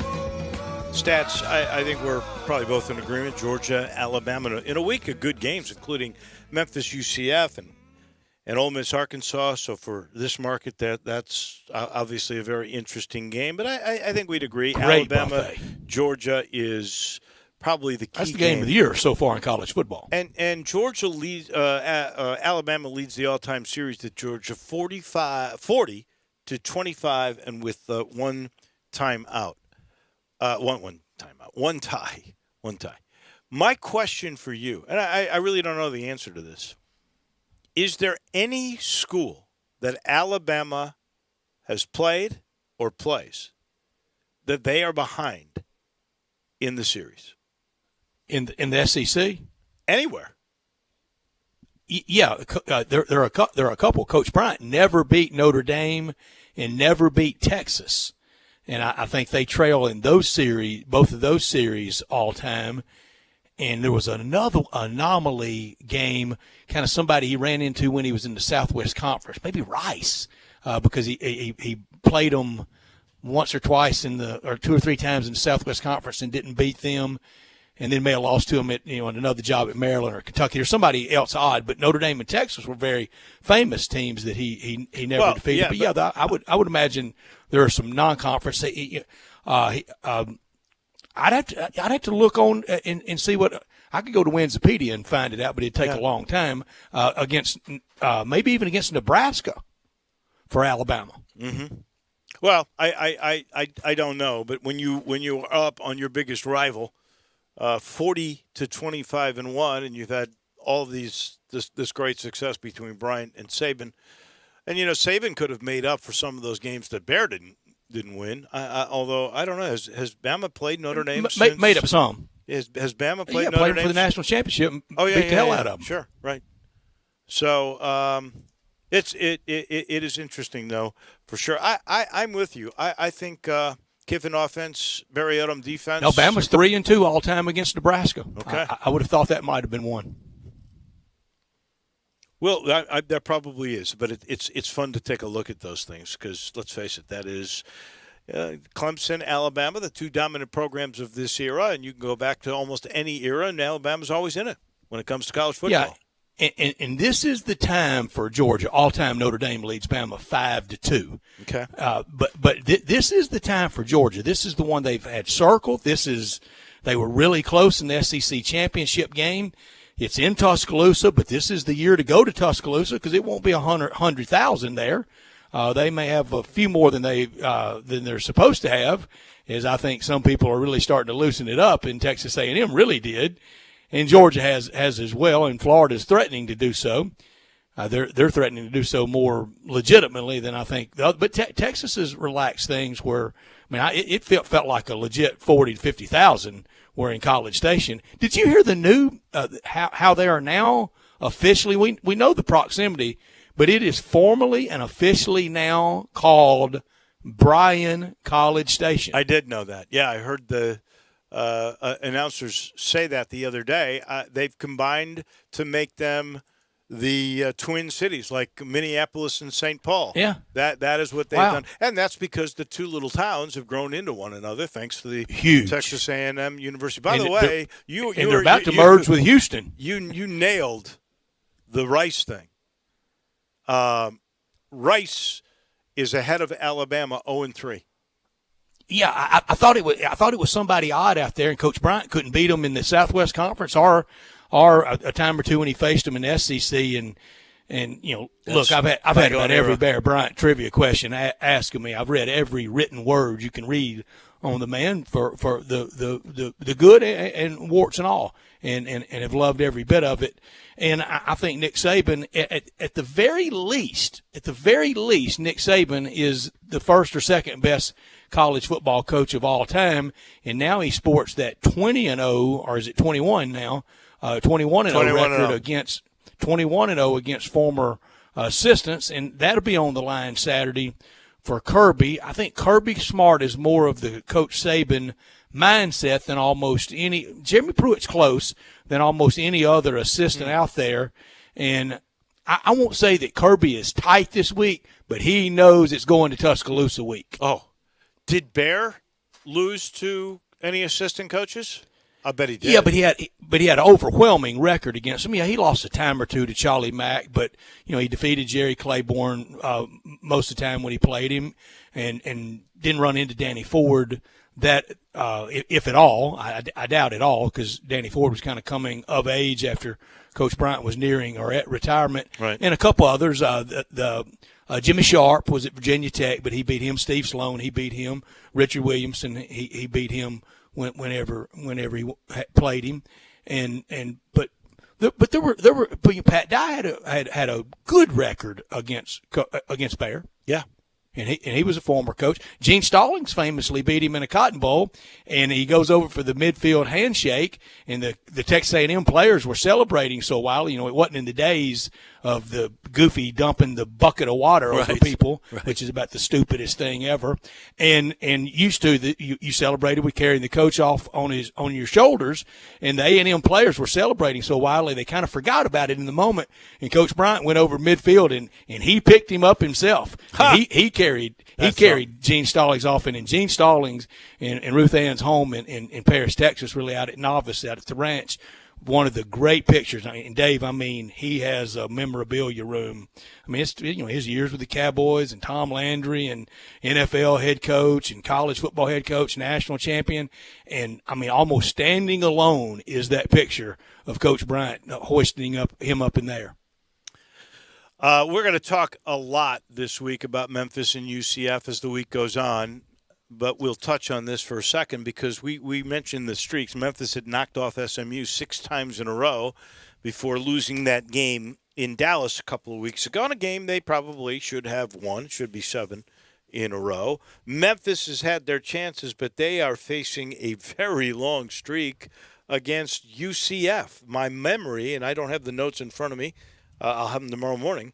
But I think Memphis has lost like 13 times in a row to UCF. Yeah, and feels like Haven't Saturday beat them is when kind of they're the in Tigers' FBS. time. Haven't beat them since they've come into the league. They haven't beat them since they were FBS, right? Since But the that's one 90s circle when they for were the Division Tigers, Two. like Georgia Yeah. has it. What now? There was a time UCF when they were on the way up. A friend of mine played, and he was a really good player, All-American in the late 70s at Sewanee. They played against Central Florida in the infancy of Central Florida's program. Yeah, Sewanee. Well, the offensive coordinator or co-offensive coordinator at Kentucky, who has been a guest on this show and a former Tiger offensive coach, Hinshaw. He was Darren Hinshaw. Yeah, Darren Hinshaw. He was the top quarterback in the history of the school until Dante Culpepper came around. So they have had Dante. They've had some pretty good football athletes over all the years, even when they were Division II. And they've had great leadership. They've had great administration. Steve Sloan was a great AD there, and for whatever you want to think about him, George O'Leary was really good. Oh yeah, and no now doubt with about Danny it. White really capping out. They've had great leadership, and it's in a booming area of the country. And I think Saturday at the Liberty Bowl will be fun with a little bigger crowd. And like Georgia, they're thinking it's their time against Bama. It's Tigers' time against UCF. Well, it really is. They are owed a couple against that team because they've had them in their sights, and all kinds of weird things have happened. And you're going to look at Those two series really parallel. There were times that Georgia, dadgummit, they were better than Alabama, but they didn't get the win. Right. And there were times that the Tigers were, I think they matched up and were probably better than UCF, but the scoreboard told the ultimate story. Well, if this is a great game and Memphis wins, it only adds to the rivalry. Because let's what makes just it. be honest. I mean, if you're going to have a great rivalry, there has to be wins on both sides, and they have to be in. Got to have games. a fair fight. Well, we've had the big games, but Memphis hasn't come out ahead on yet, and I think they're. And that's why I think it should be the biggest rivalry. Something in a conference. For years, OU and Texas would meet non-conference. Texas in the Southwest Conference, right? And OU in the Big 8 or Big 12, or Big 12. And during those years, we know who OU's biggest rivalry really was. It was Nebraska. And Arkansas always looked at Texas as their biggest rivalry. Texas never, ever, ever looked at Arkansas the same way. They looked at A&M and OU as bigger. Sure. But once they got in the same conference, that kind of took Red River to a newer level. And that game they had Saturday, that was as wild as it gets. Well, the reason behind that is that usually Texas-Oklahoma is the championship game. Those are the two best teams. And I think it's pretty safe to say at this point, the last 3 or 4 years, the two best teams in the American Athletic Conference have been these two teams. And they may be again, even though SMU did win that game in Dallas. Now they'll have a say in all of this. I have no idea how good Houston or Temple really may be. I think it's a shock that, Tulsa beat UCF. Tulsa may be a better team than we all thought, too. I had an inkling. I thought they'd be pretty good, but their loss to Oklahoma State was a game they could have won, and then they go to UCF and East Carolina and break their streak. East Carolina, they really thumped South Florida Saturday. But South and Friday night, Tulane had it pretty much going their way till a fourth quarter collapse or second half collapse, late third quarter into the fourth quarter collapse against Houston, and Dana Holgerson and the Cougars win big to finally get to 1-0. Tulane's a little bit like Kentucky. They're 2-2 and they've done a lot of things right. Kentucky's 1-2 and they've done a lot of things right. Well, I got to see Tulane really win a big game. I just have to see them with a lot on the line. So the team. They beat South Alabama by a field goal. They blow a 24-point lead and lose by a field goal to a Navy team that may be the luckiest. They do put 66 on Southern Miss, but this is not a good Southern Miss team that lost their coach in the second week. And then they get thumped by Houston in Houston's first game. Now, granted, it was at Houston.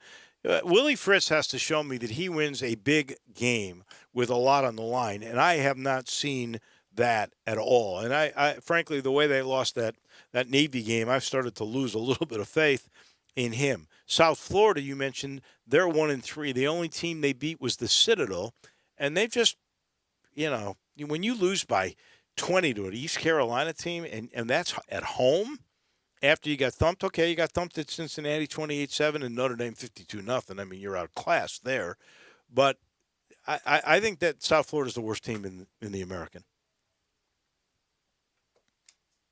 Hopefully, Memphis will still have a chance to be the best team.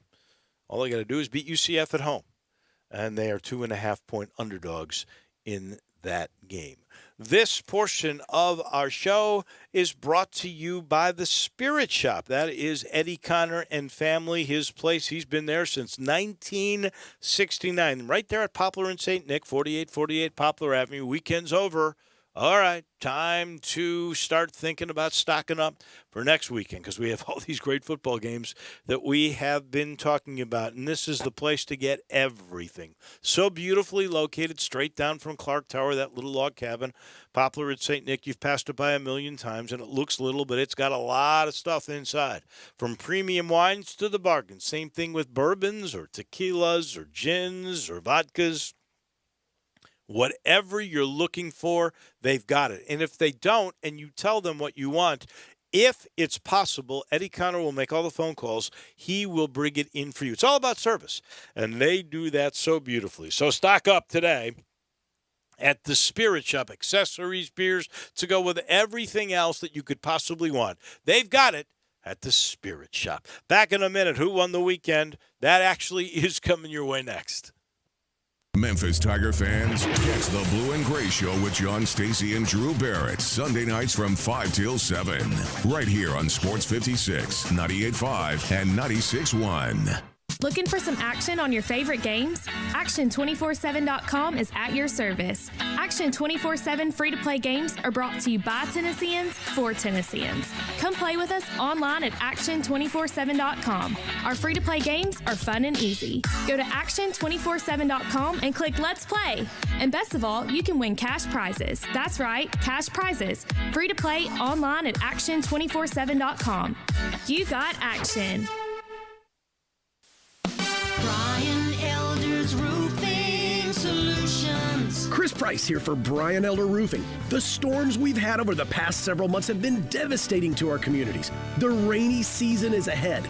You may have not even noticed the dripping in your attic, water stains throughout your home, or even worse, mold and mildew. Please call Brian Elder Roofing and we will send out our project managers to assess any damage. We will not try to sell you a roof if all you need is a repair. We will measure your roof from outer space. 0% for 60 months, even no payments till 2022 are available with approved credit. If you've noticed missing shingles, water stains, leaks in your roof, call us before you call your insurance company at 867-0303. That's 867-0303, and we will provide a free, thorough inspection of your roof's condition. Call 867-0303. Brian Elder's Roofing Solutions.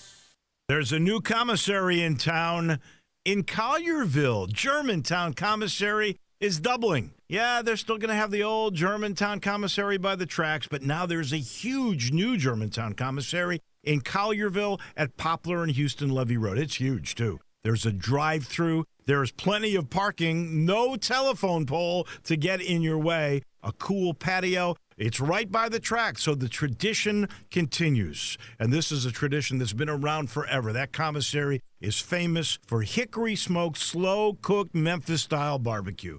They've got a private party room at the new one in Collierville. Self-catering still continues. Party packs for $5.95. Basically, the great ribs, the great pulled shoulder, the great deviled eggs. Everything is there in Collierville and Germantown now. So there is now a Germantown and Collierville style of barbecue. It's called Germantown Commissary. It's back, the Carhartt Crazy Sale at Frontier Western Store in Olive Branch. Visit Frontier this month for huge markdowns on clearance Carhartt items. The latest fall line just launched, and Frontier is fully stocked. We've got jeans, shirts, bib overalls, jackets, coats, gloves, belts, boots, and more. And to make room for the new items, we've discounted a number of short sleeve plaids and t-shirts. Save up to 50%. All Carhartt jeans are now $5 off. This is the last jean sale of the year, so stock up now for yourself or someone else for the upcoming holidays. Christmas will be here before you know it, so you might as well save some cash now on what you know you'll need. All this month, we are including a buy one, get one half price sale on all novelty t-shirts by Simply Southern, Girly Girl, Live Oak, and more. It's the Carhartt Crazy Sale and more. Frontier Western Store, 5880 Goodman Road in Olive Branch. On the web at frontierwesternstore.com. Family owned and operated since 1967. Now, more of Sports Time on Sports 56 with Wolo and Stats. This hour of Sports Time is brought to you by Homer Skelton Hyundai. Here once again are Dave Woloshin and Brad Norsworthy.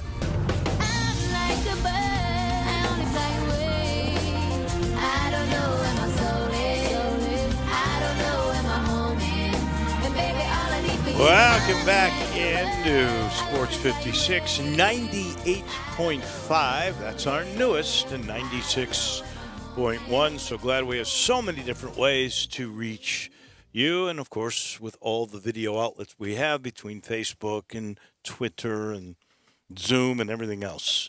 All this technology, it's always good to chat with you. You know our First Bank text line is 67129. We will give you who won the weekend in college football and the NFL, and also the overreactions from this weekend. I guess I'm going to give the Texas A&M Aggies. I think they won the weekend with their win over Florida. Brett, you've been asking for a big game win, a resume-building win for Jimbo at A&M. This is it, the fourth-ranked team in the country, and A&M. Did you see that crowd? Man, they were into it. Yeah. How many? In a big crowd. Now they had 50%, didn't they? I don't know if it was 50 because those upper reaches of Kyle Field. I mean, they are big and they're way up there. I can't imagine sitting on the top row of that stadium because you could see Mars easier than you could the field. A&M, Kyle Field now is, I believe, the fourth largest stadium in the country at 102,733. So, yeah, if that's and the they case, reduced capacity from what it was the night Ole Miss played there for the first time in the SEC in 2014. There was almost 112 there, really? and it's the largest crowd to ever see any football game in the state of Texas, and probably won't ever be broken because everybody's rightly downsizing a smidge or two. You can call it fan areas, and you can stand and mix and meet and have fun in drink areas, and you can label it whatever pavilion you want. The reason why is people can't sell that many tickets anymore. Well, I can guarantee you this: 102,000 at Kyle Field. They weren't going to go below 100,000, which is what they have at Texas. Bingo. Because, man. There's no doubt. They're always in the spitting contest. Yeah. But, no, that was the one. I think Jimbo needed one. Maybe that gets him off That's a the good nine. They won the college football weekend for me. Well, unfortunately, Dave took my winner. Of course, it is Jimbo Fisher and the Texas A&M Aggies finally getting the signature win for Jimbo Fisher and his tenure at Texas A&M. And Kellen Mond maybe finally starting to look like we thought he was going to. Well, they got a good receiver. I can tell you that. He's a big dude. They do. They had a great tight end, Big Wiedemeyer. He had a big game. Mine, Stetson Bennett, the fourth. He has 0 interceptions this year, and he had the big game against Georgia and has settled down that quarterback position for Kirby Smart's Bulldogs. Now his biggest test this week, but I got to give it to Stetson Bennett for this weekend.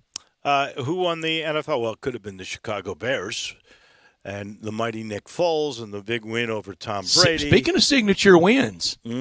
That was, come on, the Bears are the shakiest 4-1 team I've seen in a few years. But 4-1. They'll take it, no question about that. But to me, the winner was COVID. A lot of questions, a lot of doubts. Oh, that's a good one. That's a good one. And because of it, only 2 of the 5 undefeated NFL football teams even played last week. the Titans are really eat up with the virus, and it looks like they're going to play tomorrow.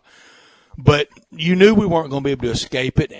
I learned, I can't wait to talk to TJ about this. I learned that when you book the Super Bowl stadium, like at Raymond James in Tampa, that the NFL requires you to have it for one solid month, 5 days prior to kick. And I think this year, I don't know the exact date, 5 days prior to that and exactly 30 days from that. So in case of emergency, you have the stadium, so it's not like, a concert's pulling in there 3 days afterwards and they got to get out of there. So you've got it for a month and 5 days, basically. You have it. No, you have it for 5 days before the game, right? And for a month counting that. So you have it for 30 days. So about 25 days after game day. Okay. Because it takes a long time to tear down a lot of stuff, and I'm sure they don't want to be pressed by it. But I learned that my NFL who won the weekend, and I promise you this isn't through Ole Miss glasses. It's DK Metcalf, 22 catches, 5 touchdowns, 2 yet last night, 496 yards for the year, and he dropped to the second round because teams were worried about how he ran the 3-cone shuttle drill at the combine. Well, and who cares? And you've heard his quarterback says he's going to be one of the greatest receivers ever to play the game. That was the quote. And got hurt in 2018 against Arkansas covering a kickoff. Why was he on the kickoff team? Because he could return it. That's why. No, covering a kickoff. Covering a kickoff. Oh, that doesn't make a whole lot of sense. I agree with you. What won the weekend for you, Drew? Unfortunately, I have to do this because I've been probably the biggest Browns hater / denier on this station for quite some time. Just haven't been able to buy into them, but they keep winning and they look decent. I mean, Baker Mayfield looks okay, I guess, and their schedule remaining, they have 10 wins set up easy.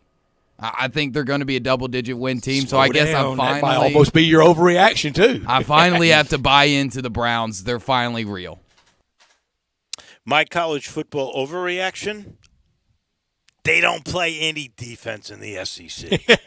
No, I think that's accurate, Dave. I don't think that's overreaction at all. There's been very little played. Wow. It's hard to watch. My college football overreaction, when LSU plays Ole Miss, the winning team's going over 100 points. That would be fun if that happened. And the way it's going, I could see it really happening. Your overreaction for college football? My overreaction for college football this week, Pirate trying to work it out in the SEC. We all knew that it wasn't going to work out. An air raid where you only throw the ball, or only run the ball 2 weeks and you 14 times. I mean, goodness gracious. This is the SEC. This is ground and pound football. You can't be throwing it over the yard. Football. To now he's saying that there needs to be a roster purge. Maybe some fans are thinking there should be a coaching change purge. I hope not. Not this early. But it sure has gotten ugly there, and it's all because, as I said earlier, expectations. My overreaction, NFL, Tom Brady's washed up. He can't even remember what down it is. Oh, that's great. That's really good from Thursday night. I got another Brady, Joe Brady, Carolina Panthers. He's going to be the next Bill Belichick, Bill Walsh, Vince Lombardi when he becomes a head coach in the NFL. Drew? The blessing of Vegas will continue. Hear me now. The Golden Knights, they made it to the Stanley Cup Finals in their first year in Vegas, and so will the Raiders. Because that Mahomes guy, I knew he wasn't that good. Give me Derek Carr. Give me Coach Gruden. The Raiders are going to the Super Bowl. There you go. I hope people know we're supposed to say crazy stuff during this segment. That is the point of the overreaction. That is for sure. This portion of the show brought to you by The Butcher Shop. And I got to tell you, the thing I love about The Butcher Shop, if you're worried about going inside to a restaurant, you don't have to worry with this one. Cavernous. It's known for Hamburger Friday. It's known for their Sunday brunch. It's known for their steaks. But what you need to know is the inside portion is huge. They can do big parties. They got party rooms. And they all meet the correct Shelby County Health Department guidelines. You could literally, I'm not making this up, they can in their party rooms, they can have large groups from 20 to 40 and still meet all the guidelines with 6 feet of spacing between tables. It's phenomenal. And you can do Hamburger Friday now inside, or they'll bring it outside to you. They're always going the extra mile to make it easy for you, but it's so safe inside. Go check it out, the Butcher Shop, right there at Germantown Road and Walnut Grove in the Agri Center. It's the Butcher Shop. Back in a minute. Hour number 3 on this Monday is right around the corner on Sports Time. I love the real estate business. This is Sheldon Rosengarten with Marks Bensdorf Realtors.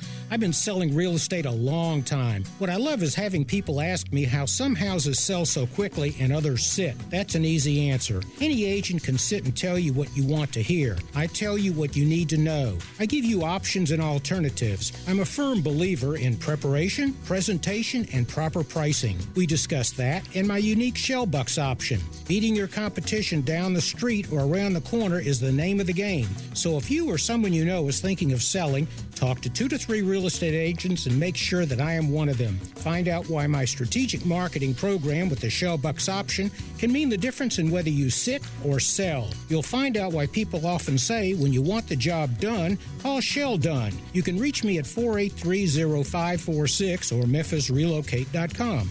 That's Shell Done Rosengarten. 483-0546 or memphisrelocate.com. Great news, sports fans. The Butcher Shop Steakhouse is now open for dine-in service. Make a reservation and enjoy a mouth-watering steak dinner. Or, if you prefer, take it curbside. In addition to their fantastic steaks, the Butcher Shop Steakhouse has a variety of entrees, including Canadian lobster tail, crab stuffed shrimp, pan-seared red snapper, and fresh ground steak burger with portobello mushroom sauce. Planning to cook out? The Butcher Shop Steakhouse offers a great selection of fresh Angus beef, hand-cut steaks and burgers, lamb chops, Atlantic salmon, and more. Make your reservation for dine-in or pre-order for curbside pickup. The Butcher Shop Steakhouse, dine-in, curbside, and delivery. Plus, enjoy the sizzle of top-quality Butcher Shop steaks on your own grill. Call us at 757-4244. And visit our website, thebutchershop.com, for menus and more. The Butcher Shop Steakhouse, Walnut Grove and Germantown Parkway.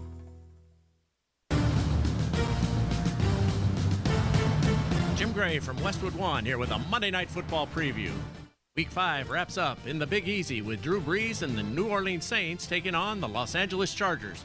Their impressive rookie quarterback, Justin Herbert. The Chargers are off to a slow 1-3 start, but Herbert says every game has been close. We just got to get over the hump. 3 games that we were very close in all 3. Could have gone anyway. We could be 4-0 right now, or we could be 0-4.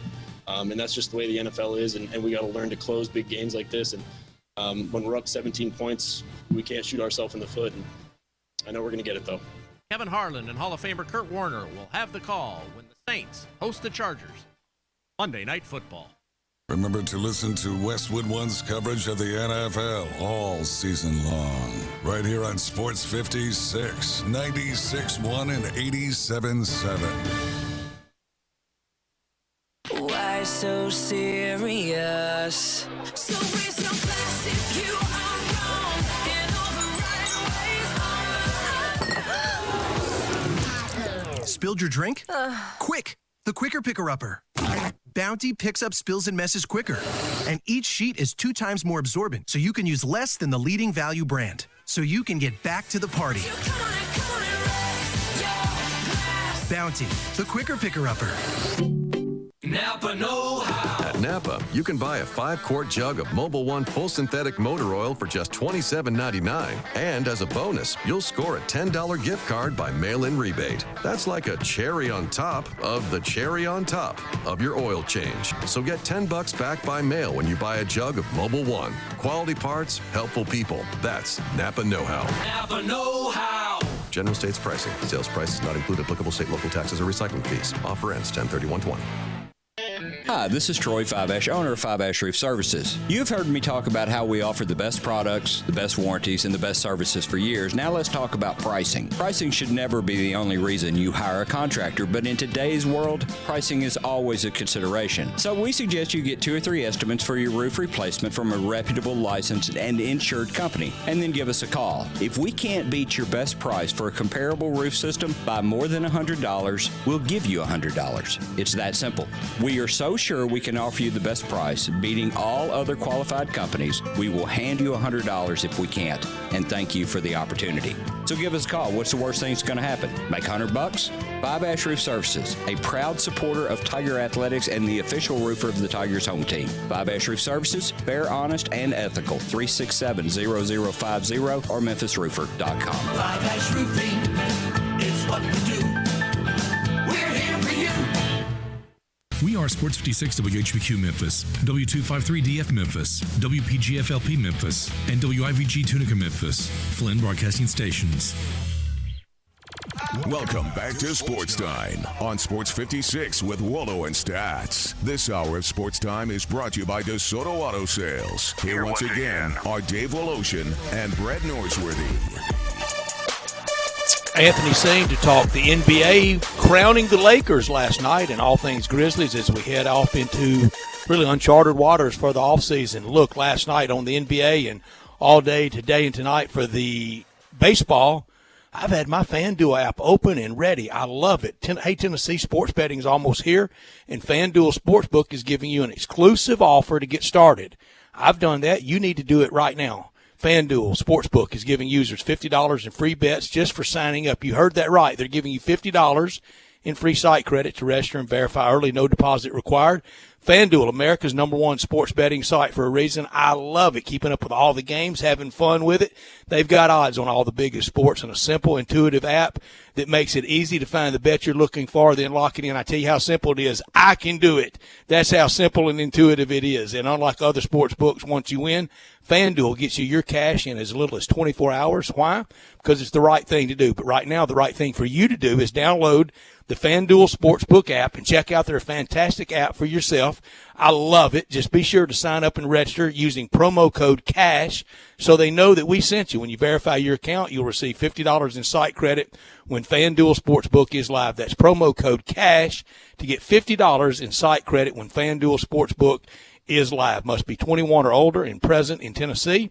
Site credit is non-withdrawable. Expires 7 days after receipt. Terms apply. See sportsbook.fanduel.com for details. For problem gambling support, call 1-800-889-9789. This hour of our show brought to you every day by the great people down on Goodman Road at DeSoto Auto Sales, 5704 Goodman Road. Very proud to serve DeSoto County and the surrounding area.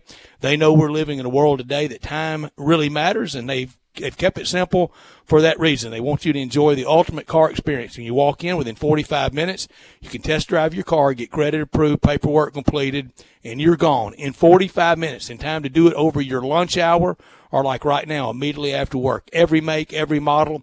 If it's not on the lot, they'll go out and find it for you at DeSoto Auto Sales at 5704 Goodman Road. Go online and check them out at DeSotoAutoSales.com. 662-890-7184. Come on down to DeSoto County for that town and country experience that you'll be treated by kind, courteous employees like you're a member of the family. Down-home environment at DeSoto Auto Sales on Goodman Road. Middle of the 6th, and the Rays still lead the Astros 3-1 with Tampa coming to bat. We'll keep our eye on that. In the meantime, we got a champion. It took 3 months in the bubble, but the Lakers win their 17th team title. LeBron gets his 4th with 3 different teams, and if he keeps this conversation up, Anthony Sane, people are going to say he's the greatest of all time. Anthony Sane joins us in this time slot every week. Of course, you listen to him in the mornings with Peter starting at 7 o'clock. Good afternoon, Anthony. Hey, what's going on, guys? We got a bad connection. I didn't really hear a lot of what you said, but, yeah, I'm glad to be on with you guys. I heard you saying something about LeBron and maybe being the greatest of all time. But I'm not really a big greatest of all time debate guy, but LeBron James is definitely up there, and I think he cemented that case last night. I would agree with that. 4 now with 3 different teams, and there have been very few that have won championships with 3 different teams. How many more can he get with this Lakers ball club? I don't think he's going to go anywhere. I'd be shocked if he did. This is probably his final team. How many more can they win with this makeup in Anthony Davis? Well, they had a lot of guys who signed 1-year deals with that Lakers team, so they still have the opportunity to maybe pick up some more guys. I think that a guy that like Kentavious Caldwell-Pope is a guy who they probably were surprised of how good he finished the season, as well as Rajon Rondo. Those are the guys who, they're guys who've had kind of disappointing regular seasons, but they really cranked it up in the playoffs and in the finals.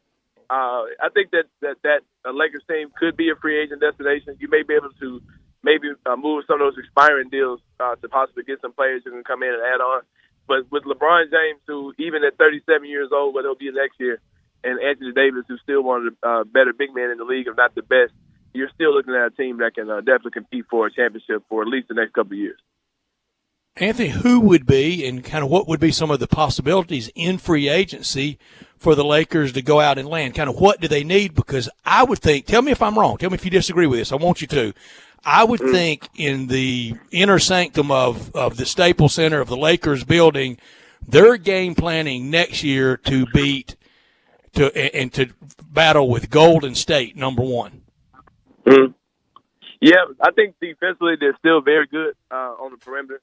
Guys like Danny Green, of course they're getting up there. You saw him kind of break down. It seems like his game may be breaking down a little bit, but they're still a team that can defend very well on the perimeter.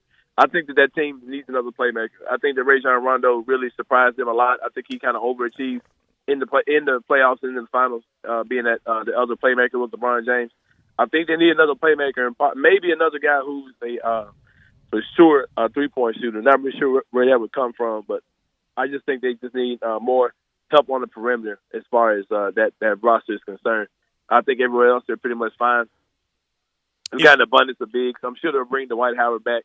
I just think they need maybe another playmaker, maybe one other guy that can knock down shots. If you were ranking, and it's hard to do that because there could be changes in this offseason, but if you were ranking the top 5 teams in the West next year, what order would they be? I think I still got the Lakers number 1.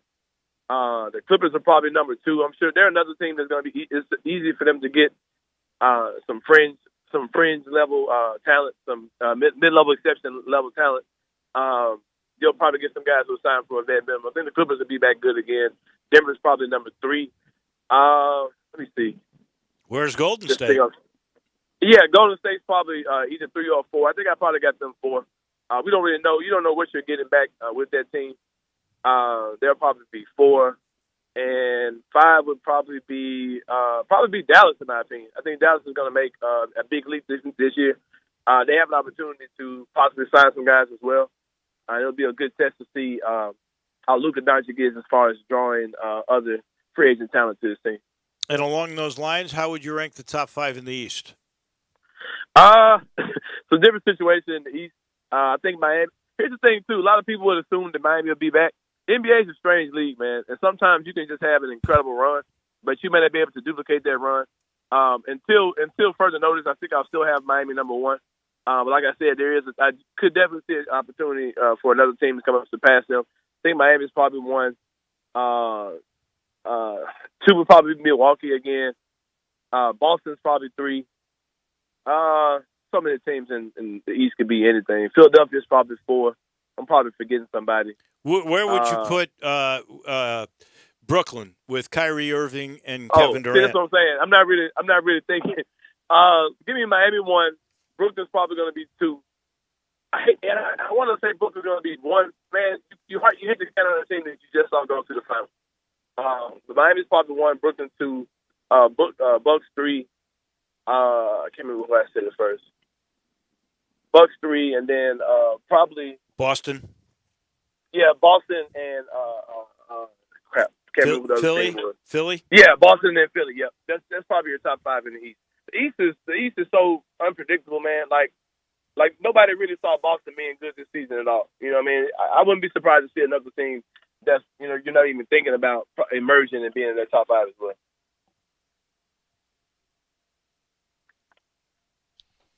So for LeBron James and the rest of his Lakers career, I think he'll probably have a better group around him than he had this one. I know people get a little bit irritated about this, but this is probably the least best Lakers team that's ever won it all. But they got him. I think he'll assemble better teammates going forward. They may not win it again, but I think he'll play on better teams. But winning it is ultimate.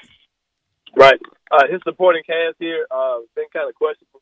You got to think about it. Contavious Caldwell-Pope is one of the better supporting players on that team, and he's had a rough season with the Lakers this whole entire season. So you would think that he probably can get someone else to get with them. I'm not really sure how much trade value they have, especially with being a good team. Even their first round picks don't really carry a ton of weight. But like I said, you might get some guys who will come and sign there of value who are taking the league minimum, and guys who get waived and come in the end of the season, middle of the season. Those are the type of, like, for example, Marquise Morris. I did that with them this year. I think that you'll definitely see the Lakers have a roster that's ready to compete again. I'm curious. We know that Doc Rivers took the job at Philly, and that could be a good fit. We've still got a lot of openings. Who's the next coach to get hired? I think you're going to see Tyronn Lue get hired soon, possibly with that Clippers team. I think he's one of those guys who, a lot of people forget that Tyronn Lue is the NBA champion. He won the championship with the Cleveland Cavaliers, and I think that he's just a hot name that you'll probably see be that next coach to get hired. What do you think about the coaching hires so far of the jobs that were open, and who's kind of won that? I think Doc Rivers got a good gig. I really was expecting Doc Rivers to take a year off. I didn't think the team was going to turn around and have interest in him again, and to get a job as high caliber as the Philadelphia 76ers, even though that roster has so many issues and so many weird things that can happen with that roster going forward. I still think that him getting that high caliber of a job after so much of a bad reputation got on him this year, I think that that's probably the biggest maybe surprise hiring to me so far. Since we're bringing up that job, and a lot of people thought Mike D'Antoni might go there, and I didn't think that would be a good fit. I mentioned earlier that I took a little mini break and went to the Greenbrier, and at the Greenbrier, actually, Mike D'Antoni was there, believe it or not. And there are some that are speculating he's the one that'll take a year off. Where would he be a good fit if he does come back this next year? I would have thought that Nets job probably would have been a good job for him with the level of talent they have there and the pace they're probably going to play at. That's another surprise job as well, of course, with Steve Nash, a guy who doesn't have any coaching experience, a guy who's basically a friend of Kevin Durant and Kyrie Irving getting that gig. But, yeah, somewhere like that who's got those built-in stars like Kyrie and KD, a team that can get up and down, take a lot of threes. That's where I probably thought he would have fit in the best. But I'm not really sure any team's roster fits actually what Mike D'Antoni does at this point of his coaching career, especially the way that he likes to play small and, the amount of three-point shots he likes to get up and the pace he likes to play at. Not really sure what team is fit for him now. Since you I'm sorry. Since you brought up the KD and Brooklyn job with Kyrie Irving, what did you make of Irving's comments about there really isn't a coach on this team? I mean, if I were Steve Nash, I would not feel really good about all that. Yeah, Kyrie's a weird dude. And I think that Steve Nash kind of knows what he's signed up for. I hope that they empower him to kind of do his thing and deal with some of the personalities there. I think he'll probably do a decent job as far as that's concerned. Kyrie's a weird guy, man. I mean, he's talking about the earth flat one moment, and then he's talking about, it's what too if much he's right? going on as far as, yeah, and then he's talking about there's too many social justice issues 1 minute to play, and it's just Kyrie just says some wild things, and he goes from one end to the other, man. And that New Orleans, that Brooklyn team, you got Kyrie Irving who's talking about he should be, he might be the coach one game. You got Kevin Durant who's saying that he doesn't see how people say that his championships that he won with the Warriors are watered down. And yet he left the team on his own, which is odd because if you didn't have a problem with your decision, why did you leave? You know what I mean? If you're talking about right. if winning championships is your goal, why would you leave the Warriors? Unless you felt the way about going there. Then you got Spencer Dinwiddie who's saying he wants to get paid in Bitcoin. So Steve Nash has got his hands full as far as the personalities up there on that Nets team. Crazy stuff. Anthony, last thing for me. All right, look into your crystal ball and tell us, when do you think opening night 2021? Give me a date. We're going to do this a couple times. Today's our last regular visit with you, and we appreciate your time on all these Mondays in the bubble since you joined our team, and you've helped us a lot, and we appreciate it, Anthony. But we'll check with you a bunch during the off season, air quotes here. But every time we do, I'm going to ask you this question. Give me a date for opening night for the Memphis Grizzlies. I'm looking at Monday, January 18th, MLK Day. Is when I think everything will jump off. Great pick. Yeah, I think that free agency is going to start around December 1. That was the latest rumor that came out, and I think it's going to be a pretty much as soon as free agency gets started, they're going to turn around and have a quick training camp and get these guys going probably on January the 18th. That's the earliest. I don't see anything happening before that. I wouldn't be surprised if you go up. Actually, it goes up into February, but I think that the date that they're probably gunning for is January 18th on MLK Day. Makes all the sense in the world to me. If you're not going to start on Christmas, which is, I think, really kind of where they would like to have opening day eventually, this is the next best way to go because they have made this sort of a national holiday day for games and exposure. And so I think that is the target. I'm with you 100%, unless there's a better chance of delaying another month and getting full capacity at arenas. That would be the other factor that you would want to put into play here. Exactly. I think that you will see games with fans in the stadiums.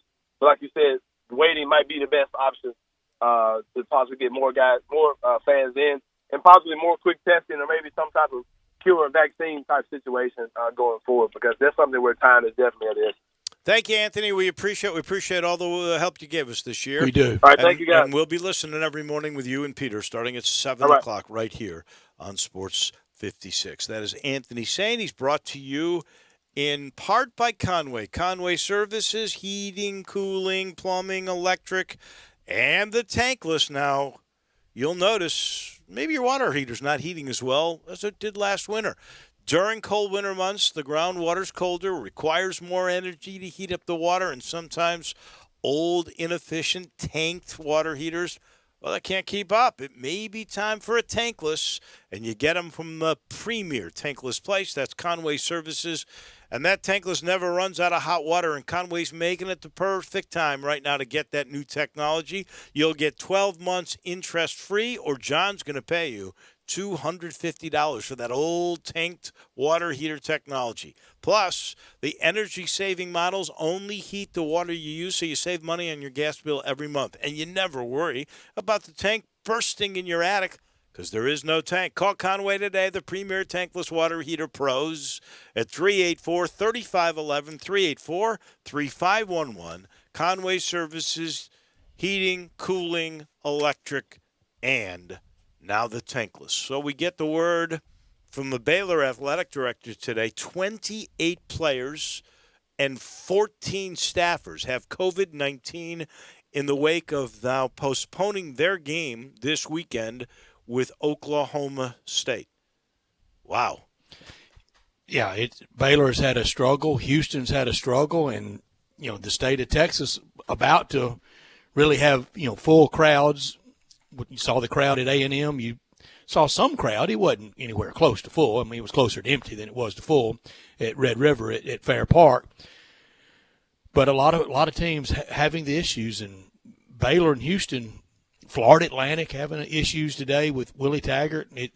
It's rough at some places. And it's going to be at other places. I have not seen the Willie Taggart news. So has he got COVID? Is that it?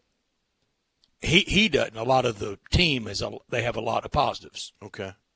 So we've had problems with Florida Atlantic. Now we've got the Baylor-Oklahoma State game, and there's the SEC game that got canceled earlier today too. Vandy almost had to scratch Saturday. They were very close to the minimum number of available men ready to play Saturday, and they got pounded, and now they can't play this week against Mizzou.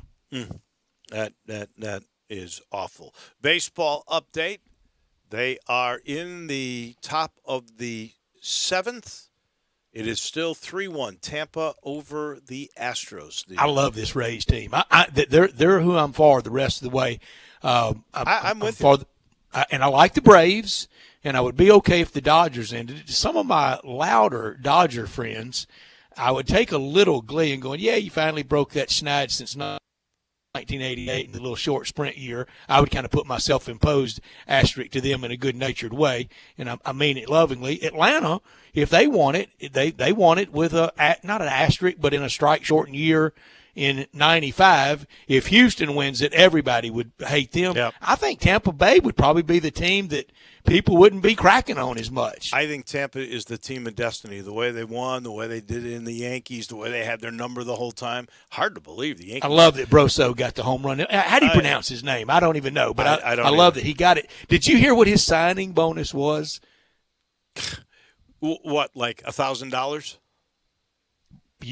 About how much you got in your pocket right now, Dave? $1,000. Really? Because I know you cleaned them out. I know you cleaned them out in the casino at the Greenbrier.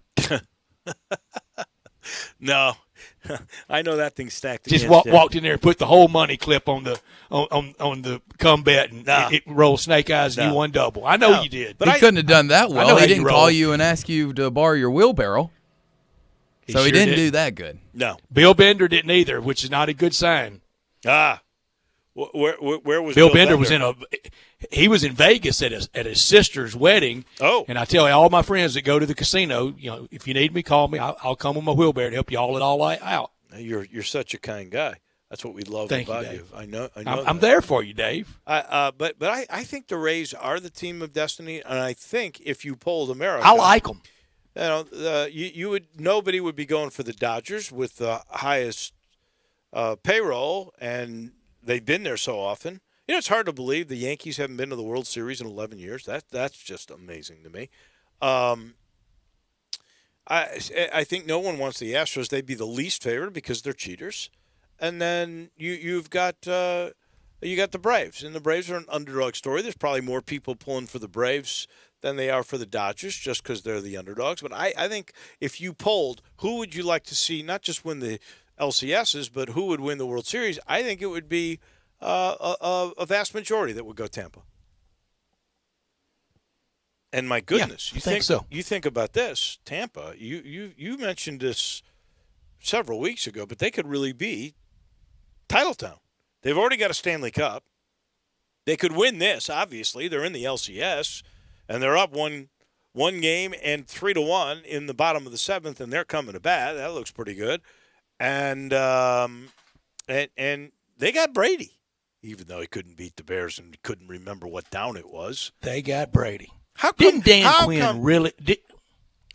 Quinn really start firing himself when that game went to overtime and he lost? Yes. I sat there and saw it unravel. Yes. That started his demise. Well, and for Thomas Dimitroff and tomorrow, Bo Marchant, number one front office favorite person in the league, is Dimitroff. And I mean, it was the big room. I was joking about Joe Brady earlier being Don Shula and Bill Belichick, all that wrapped into one. He's got to be. He and Eric Bieniemy have to be up for these jobs.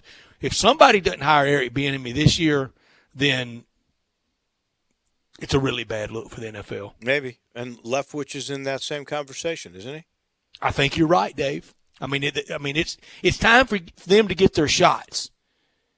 It is. And don't give them a shot in some old janky interim job. I mean, Raheem Morris is not going to do anything interim. Romeo Crennel's not going to do anything interim. It's almost set up to fall. Let them start somewhere where they have a viable shot. My question is this. Why has nobody really given grief to Tom Brady? Tom Brady did not know what down it was on Thursday night. Because he's Tommy Brady. He gets a pass? Six rings to do that, Dave. Well, now you're going to say the guy's washed up, though. Doesn't know the down. You said that. Well, I did say that. But you said he was done. That wasn't my overreact. Yeah. This portion of the show brought to you by Supercuts. Supercuts is ready for you. You know they've got this thing in place at all 15 of their Memphis area locations, and they're all Memphis. Now the Czech family's been here for 30 years. Family run and operated, and they care about the health and safety of their workers, their team, and the entire community. And they've got this thing along with all the Supercuts around the country, the Safe Salon Commitment. It's in place, and it was developed in partnership with top infectious disease doctors to maximize safety and, of course, the sanitization in all their salons. So they're ready for you. Are you ready for them? Sure you are. If you want to know more about the Safe Salon Commitment and get ready for your next visit, go to supercuts.com.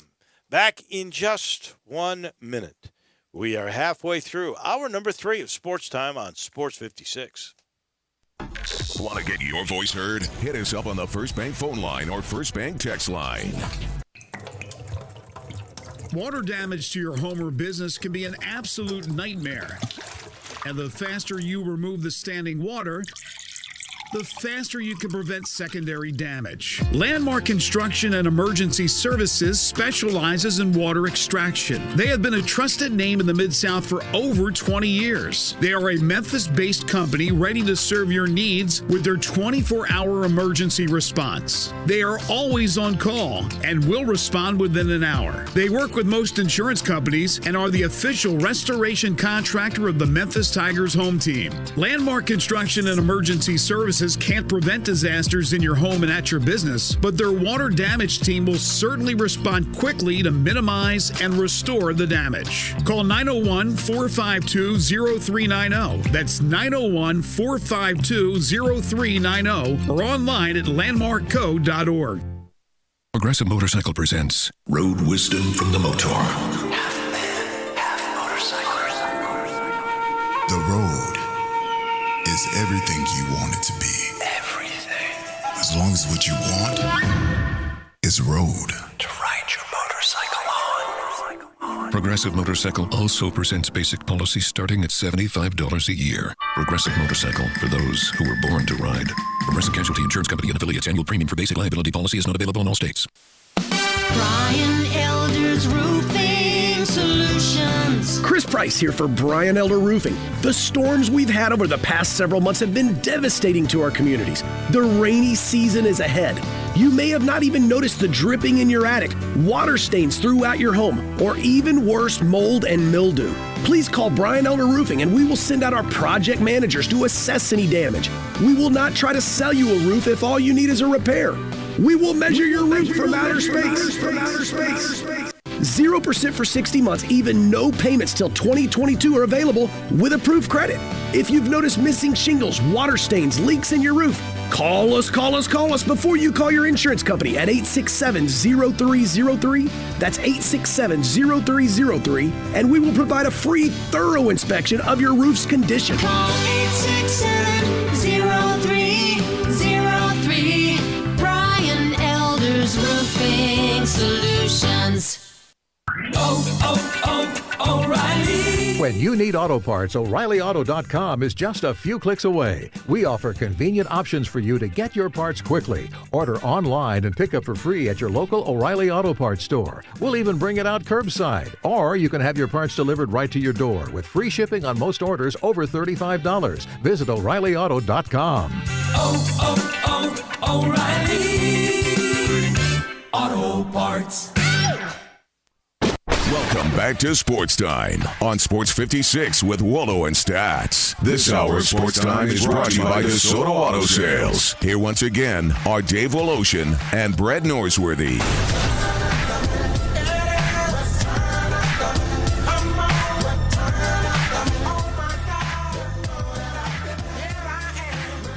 Welcome back in. Wallo and Stats with you, cruising through our final hour. It's brought to you in part by James Davis Menstrom. I'm going to go see Rob Joyner there tomorrow and find out what is the latest. Now they're done with the final clearance sale, but they still have plenty of product like Peter Millar, Stenstrom, Mac 5 Pocket, Hiddle, Brax, and They will absolutely go the extra mile to make sure you are seeing the latest, and they'll match everything for you perfectly. There's never been a better men's store than James Davis, which has been around for a long, long time. Here's the other thing. They have the custom stant system. That's for shirt and pants now, where you walk in, and the only place you can get the stant system is in James Davis. The only place in Memphis is James Davis. This is where you walk in, you take 3 measurements for a shirt. They feed them into a computer with an algorithm, and out comes the best custom fit shirt you ever had. For $98, they get it to you within a week. $168, same deal with pants, where, sometimes the pants fit perfect in the waist, but in your legs, well, they're not so good. Or the opposite way, a little tight in the waist, perfect in the legs. Sometimes the length, not exactly right. Everything's perfect with the Stant pants, $168 a week later. You've got the best, comfortable, beautiful-looking pants you ever had. You still got to look good on Zoom calls, don't you?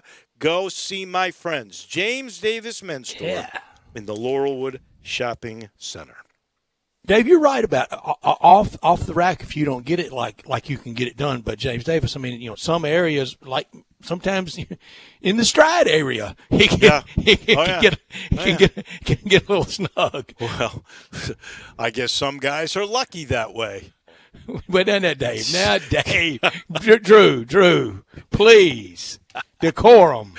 I didn't say anything, did I? Hey, you brought it up. Now, for me, you know what I love seriously about the Stan shirts? I got a big neck. And sometimes I have no neck. If you got to wear a tie, look on the Zoom. See, look that at thing. this pencil. I know. You've got lost weight now. That's your thing. You're walking all your weight away. 20 a week. Already got 4.6 in today, Dave. 4.6. I wish you'd be a little more precise on that. And I'm gonna get another 1.4 before the sun goes down. Okay, 1.4. So you're going for 6 today, huh? Okay. Yeah, well, I got to get out early in the week. That way, I know I can, after if I get 6 in today, I got 14 left, 6 days. Roughly a little over, about 2 a day, and I can make that quite easily. Yeah, all right. So we've got Monday night. And you asked me how fast I were going, and I did the iOS update, and it's now telling me how fast I'm walking. What your pace is. So 2.5 miles an hour. No. I don't think I'm moving that fast. No. I'm going to confirm it. First of all, 2.5. Step length, 22.8 inches. Walking speed, 2.3 miles per hour as of 2:21. Look at it. You see it on the Zoom? Hold on. Let me go to the Zoom. Can't really read what's on the screen. Enlarge it. Well, I don't know how to. Well, we just had it before you moved it back. Move it a little closer. All right, there we go. 2.3 MPHs, yeah. Yeah. Hey, so ask this. What is your miles per hour pace? Or what is your Well, I got walking asymmetry. I got walking speed. I got step length. I got double support time. Walking speed. Maybe that will tell you. Here's how I always did it. All right. Like, do you run a runner? A runner that's doing really well, trying to get fit, would run an 8-minute mile. So, what is your pace? Are you walking 16-minute miles? Well, look, I'm not Marty LaCory. I'm not trying to sign up to be Kip Keno here. Well, I just want to know what your pace is. Well, tell me, where did I find all this? Well, see what your walking speed is. That might tell you. Walking speed is 2.3 miles per hour as of 2:21 p.m. 2.3 miles per hour. Walking speed represents how quickly you walk on flat ground. Walking speeds may be associated with how well you move overall and your physical abilities, which usually are 0 with me. Walking requires strength. I have none. Coordination, very little. And aerobic fitness. All right. So you could do a 5-mile walk in roughly 2 hours, 2 hours and change. This dang phone knows more about me than I know about me. I'm sure if I did the math here and thought about it, I could figure out what your pace is. I don't know if you could do that but I big of can't math, do it that Dave. quickly. Come on now. Cannot do it that quickly. We got Monday Night Football tonight, and I think it's We do. the Saints minus 7.5 by our system against the That's correct. Chargers. We have not made our picks yet, have we, on this? Dave, no, we have not. You first with your dart throwing week. It Throw is away. It is my dart throwing week, and I did throw the dart, and it hit Drew Brees. Dave's dartboard. That's going to stick. Drew Brees. And I'm giving 7.5 away. The Saints will be winners over the Chargers and their young quarterback. Drew Barrett, are you picking Drew Brees? I am not picking Drew Brees. The Saints have been too inconsistent. They haven't really beaten anybody out of the stadium this year, and not San Diego, L.A. Sorry, L.A. Chargers are looking pretty good this year. I don't know if they win the game, but plus 7.5. I'll take the Chargers. I'm with you. Not only that, I'm going to take the Chargers plus the 7.5 and call it straight up 35-34 Bolts. Wow.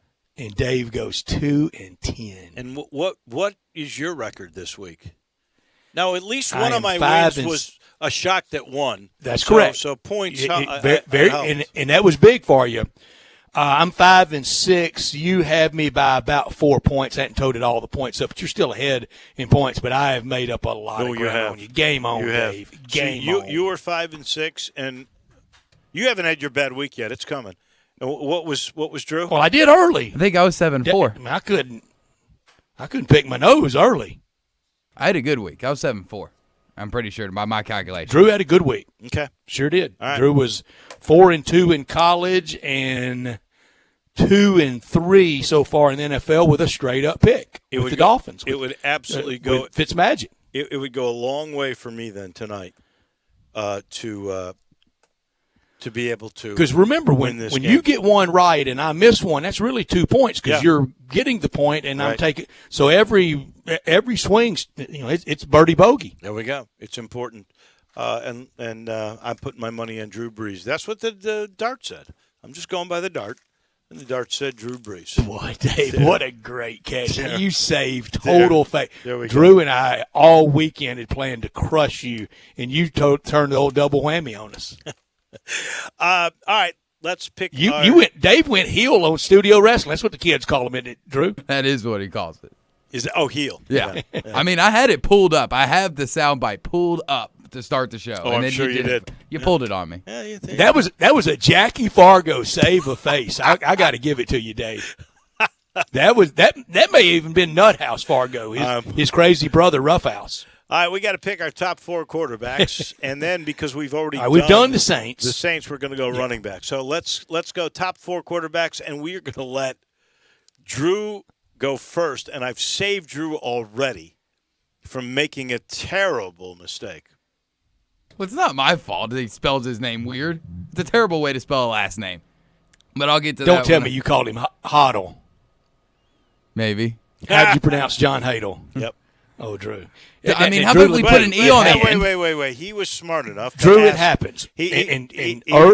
Early in this, for me, with George Lapidus, and George, a Cardinal historian, one of the famous Cardinal pitchers ever is Harry Brackeen. And, it's back to the Gas House gang. And I only knew about him from reading. And I called him Harry Breachin on the air. And at the next break, he told me, he said, it's Brackeen. Don't ever say Breachin again. Well, here's the truth. Now, Drew was smart enough to go get help. So he goes and asks our good man, Johnny Radio. John Harden doesn't know. John Harden's too young. So they both have to come in and ask me, and I go, it's John Hadle. So, all right. Well, how about we put an E on the end? It's a stupid way to spell it. So this was a guy that was ball-headed at 25, wore the single bar, wore uniform number 21, and it was HADL. Yeah. It was a weird cat, wasn't it? It was funky times, Drew. He's a weird dude, and that's why he's number 4 on my list, because he's that weird. But so I guess I'll go up from bottom up. 3, I have Stan Humphries. Number 2, Dan Fouts. And I do have Phillip Rivers as number 1. And basically it's the same reason that I gave for Brett Favre last week, is just because when I see that logo that's who I think of. And Phillip Rivers had a great career in San Diego before he moved on to Indianapolis, so he's my number one. I loved. You sold it well. I love John Hadl. I think of the Chargers and I think of Hadl. So I'm with you there. Stan Humphries also 3. I go different low. Took him to a Super Bowl. I got Phillip Rivers 2 and Dan Fouts. And part of the reason is I've heard all the Dan Fouts stories from Bob Rush, because the guy that was hiking the ball to Dan Fouts was our own Bob Rush. So I make him number 1. How have you got it? No, number 1, I have Phillip Rivers from the totality. He's going to Canton. He's been Mr. Fantasy Football, wasn't much in the playoffs, but neither was Dan Fouts really in the playoffs. He did get to an AFC championship game, but so has Phillip Rivers. Rivers 1, Fouts 2. Stan Humphries took him all the way to a Super Bowl, and I was torn on Hadl, and I loved Lance Allworth, probably my dad's favorite player ever, and a lot of Razorback fans' favorite player ever. But I went with vice presidential candidate in 1996 and the congressman from Western New York, Jack Kemp. He won him a title in the AFL. Congressman Jack Kemp, number 4.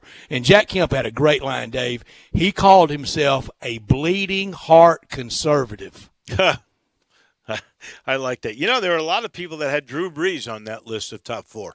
No, he wasn't there long enough. I saw a few lists out there. Believe it or not, he was there for 3 years. And he hurt his elbow, and Phillip Rivers came in, and they said they made Brees a terrible offer, and he left, and the rest is history. No, there are plenty that had him in their top 4.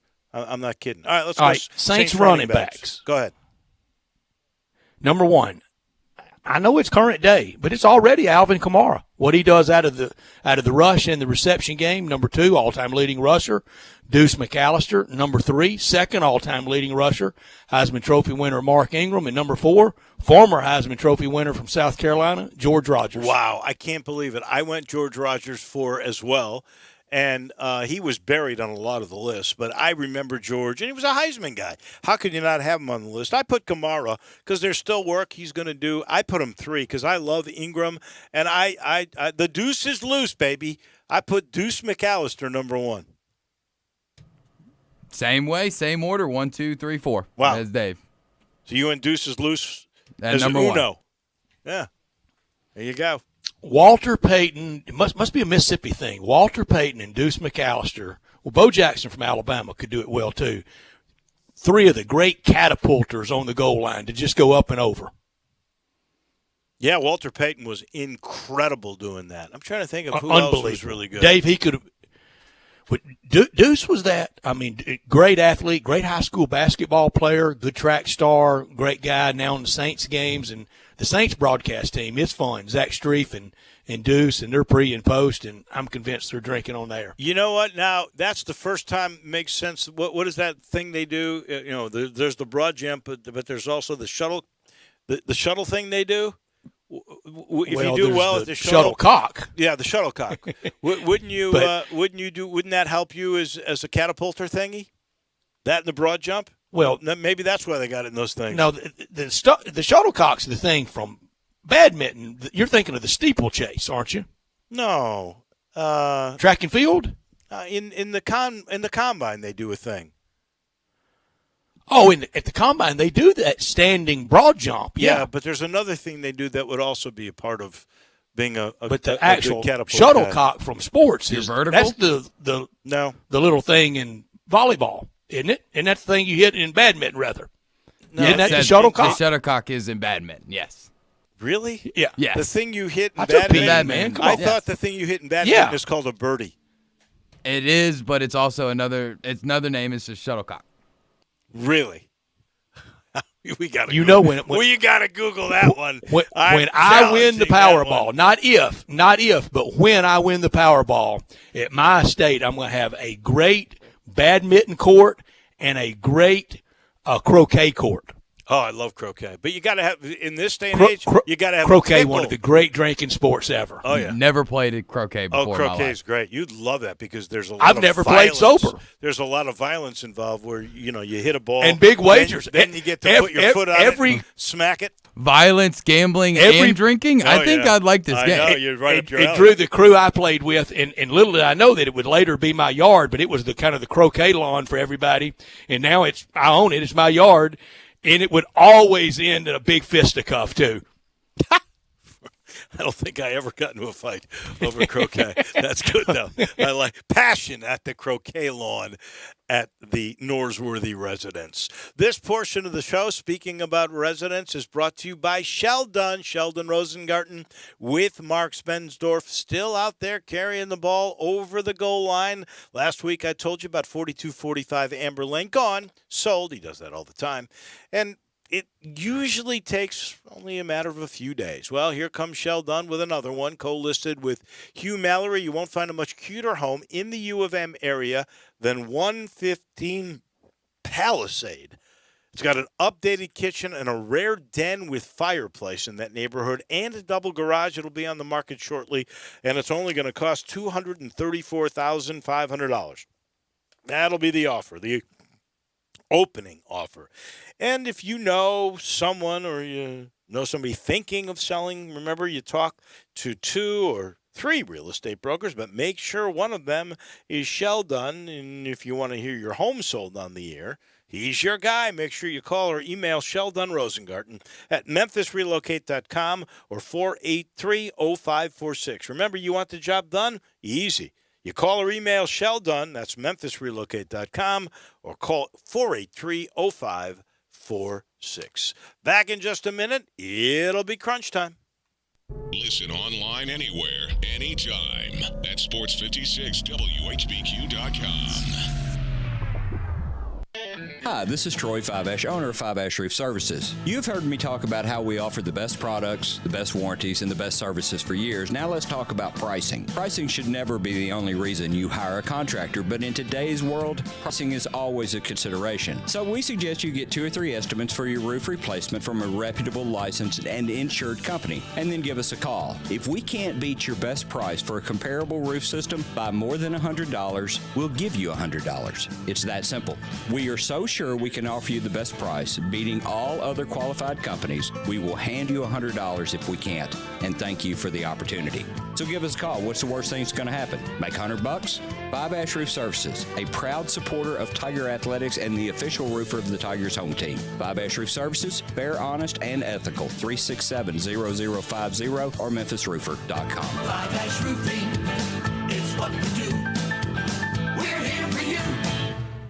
Did you know nearly 40% of men under 40 and over 75% of men over the age of 40 experience sexual performance concerns? At the Memphis Men's Clinic, their experienced physician performs a comprehensive evaluation that determines which specific issues may interfere with your sexual performance. These issues can vary and range from anxiety to medical issues, low testosterone, or erectile dysfunction. The Memphis Men's Clinic has evaluated hundreds of men of all ages over the years and reestablished a normal sexual life. The Memphis Men's Clinic will work aggressively to resolve issues and allow you to restore your sexual health and overall well-being. That's the Memphis way. If you're 20 years old or 90 years old, come and get cared for the Memphis way. Treatment that's based on your specific needs after a professional clinical evaluation by their experienced board-certified physician. Call the Memphis Men's Clinic today at 901-443-0475 or visit memphismensclinic.com. Mount Moriah Auto Sales. What sets them apart? Great selection, quality, high-end to low-end cars, and low mileage. Mount Moriah Auto Sales is under new management. Ask for Emmett or Steven. Check out their great selection of cars or trucks. Choose from Dodges, Jeeps, Fords, GMCs, Infinitis, Porsches, Range Rovers, Lexus, Mercedes, BMWs, even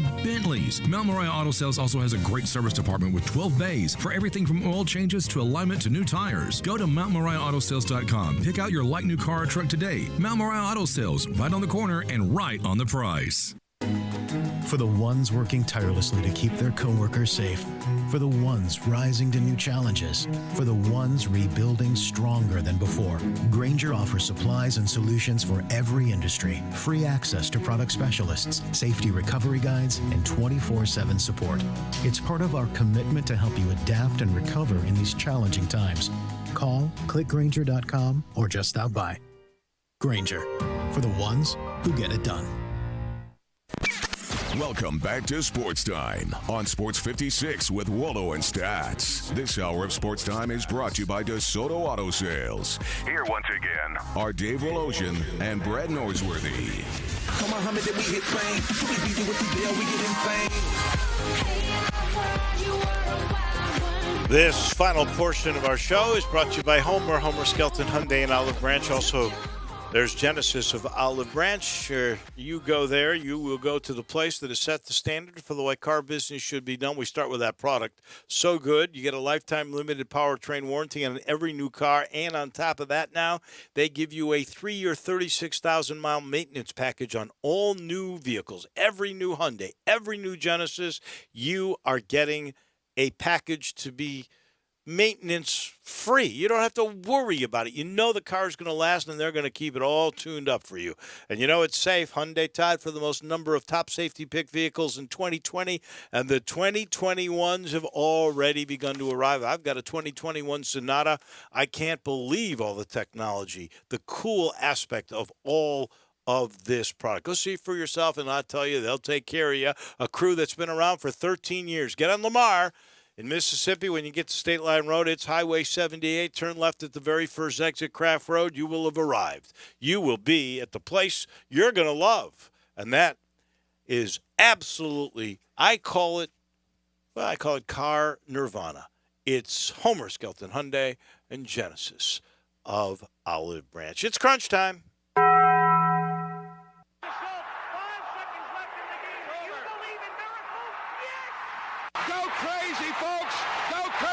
This is for all the biggest crunch time. You are looking live. In your life have you seen anything like that? Goodbye.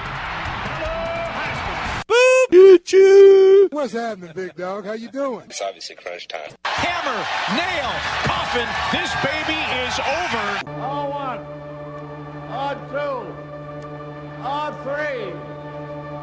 Hey. Time for Taco Bell Crunch Time. Taco Bell, home of the crispy tortilla chips, topped with a double portion of either seasoned beef or shredded chicken, plus refried beans, nacho cheese sauce, reduced fat sour cream, guacamole, and a 3-cheese blend. Nachos Bel Grande, heaping portion of chips, topped with ground beef, tomatoes, beans, nacho cheese sauce, and a dollop of sour cream. Taco Bell, home to great food you get on your way home real fast, and they bring you crunch time every day. Drew, I've learned today that we've got a new tradition on this show. Nothing better than when Dave pulls out the trusty dartboard, heretofore known as Dave's dartboard. I'm going to create a sound bed for it. By the end of the week, by Friday, I will have a Dave's dartboard sounder. I love it. What a save, I love Dave. it. What a save. I mean the save of all time. I learned today the Tampa Bay Rays are 3 outs away from going up 2-0 in the Astros in the American League Championship Series. They lead. That's halfway home. And they lead 4-1 with the Astros coming to bat here momentarily. Speaking of baseball, I didn't really learn this, but somebody else I know that's a really smart guy who lives in Arkansas and is a big contributor to this show. Yes. He put out Stubby Clapp. My senator. Stubby Clapp as the No, I did that. That wasn't the senator, was it? No, yeah, I was referring. I think Stubby Clapp's name should be mentioned. I was referring to you. Chi Sox names. I was referring to you. Now, I got it from a nice man on Twitter today that asked me about the Stubby years, and was it him or was it a mix of great prospects? But he was the originator of it. But yeah, could have done without. I don't think he was whining, but I think Nick Saban, he reeled it back today. I don't think he should have been talking about stolen signals. First of all, it's been 4 years since Lane Kiffin was on his staff. That's 2 or 3 defensive coordinators ago. Right. And Dave, you tell me this. I've never known of an offensive coach ever sitting in a defensive meeting. Have you? No. I know offensive coaches have never been in one in their life. No, I agree with you. How would he know the signals? And the way he said it, too, it did sound like sour grapes. I hate to say it. I could have done, and that's a bad look. Yeah, I could have done without the news in Los Angeles. 76 Lakers fans arrested after the celebration went crazy. 30 buildings and businesses damaged.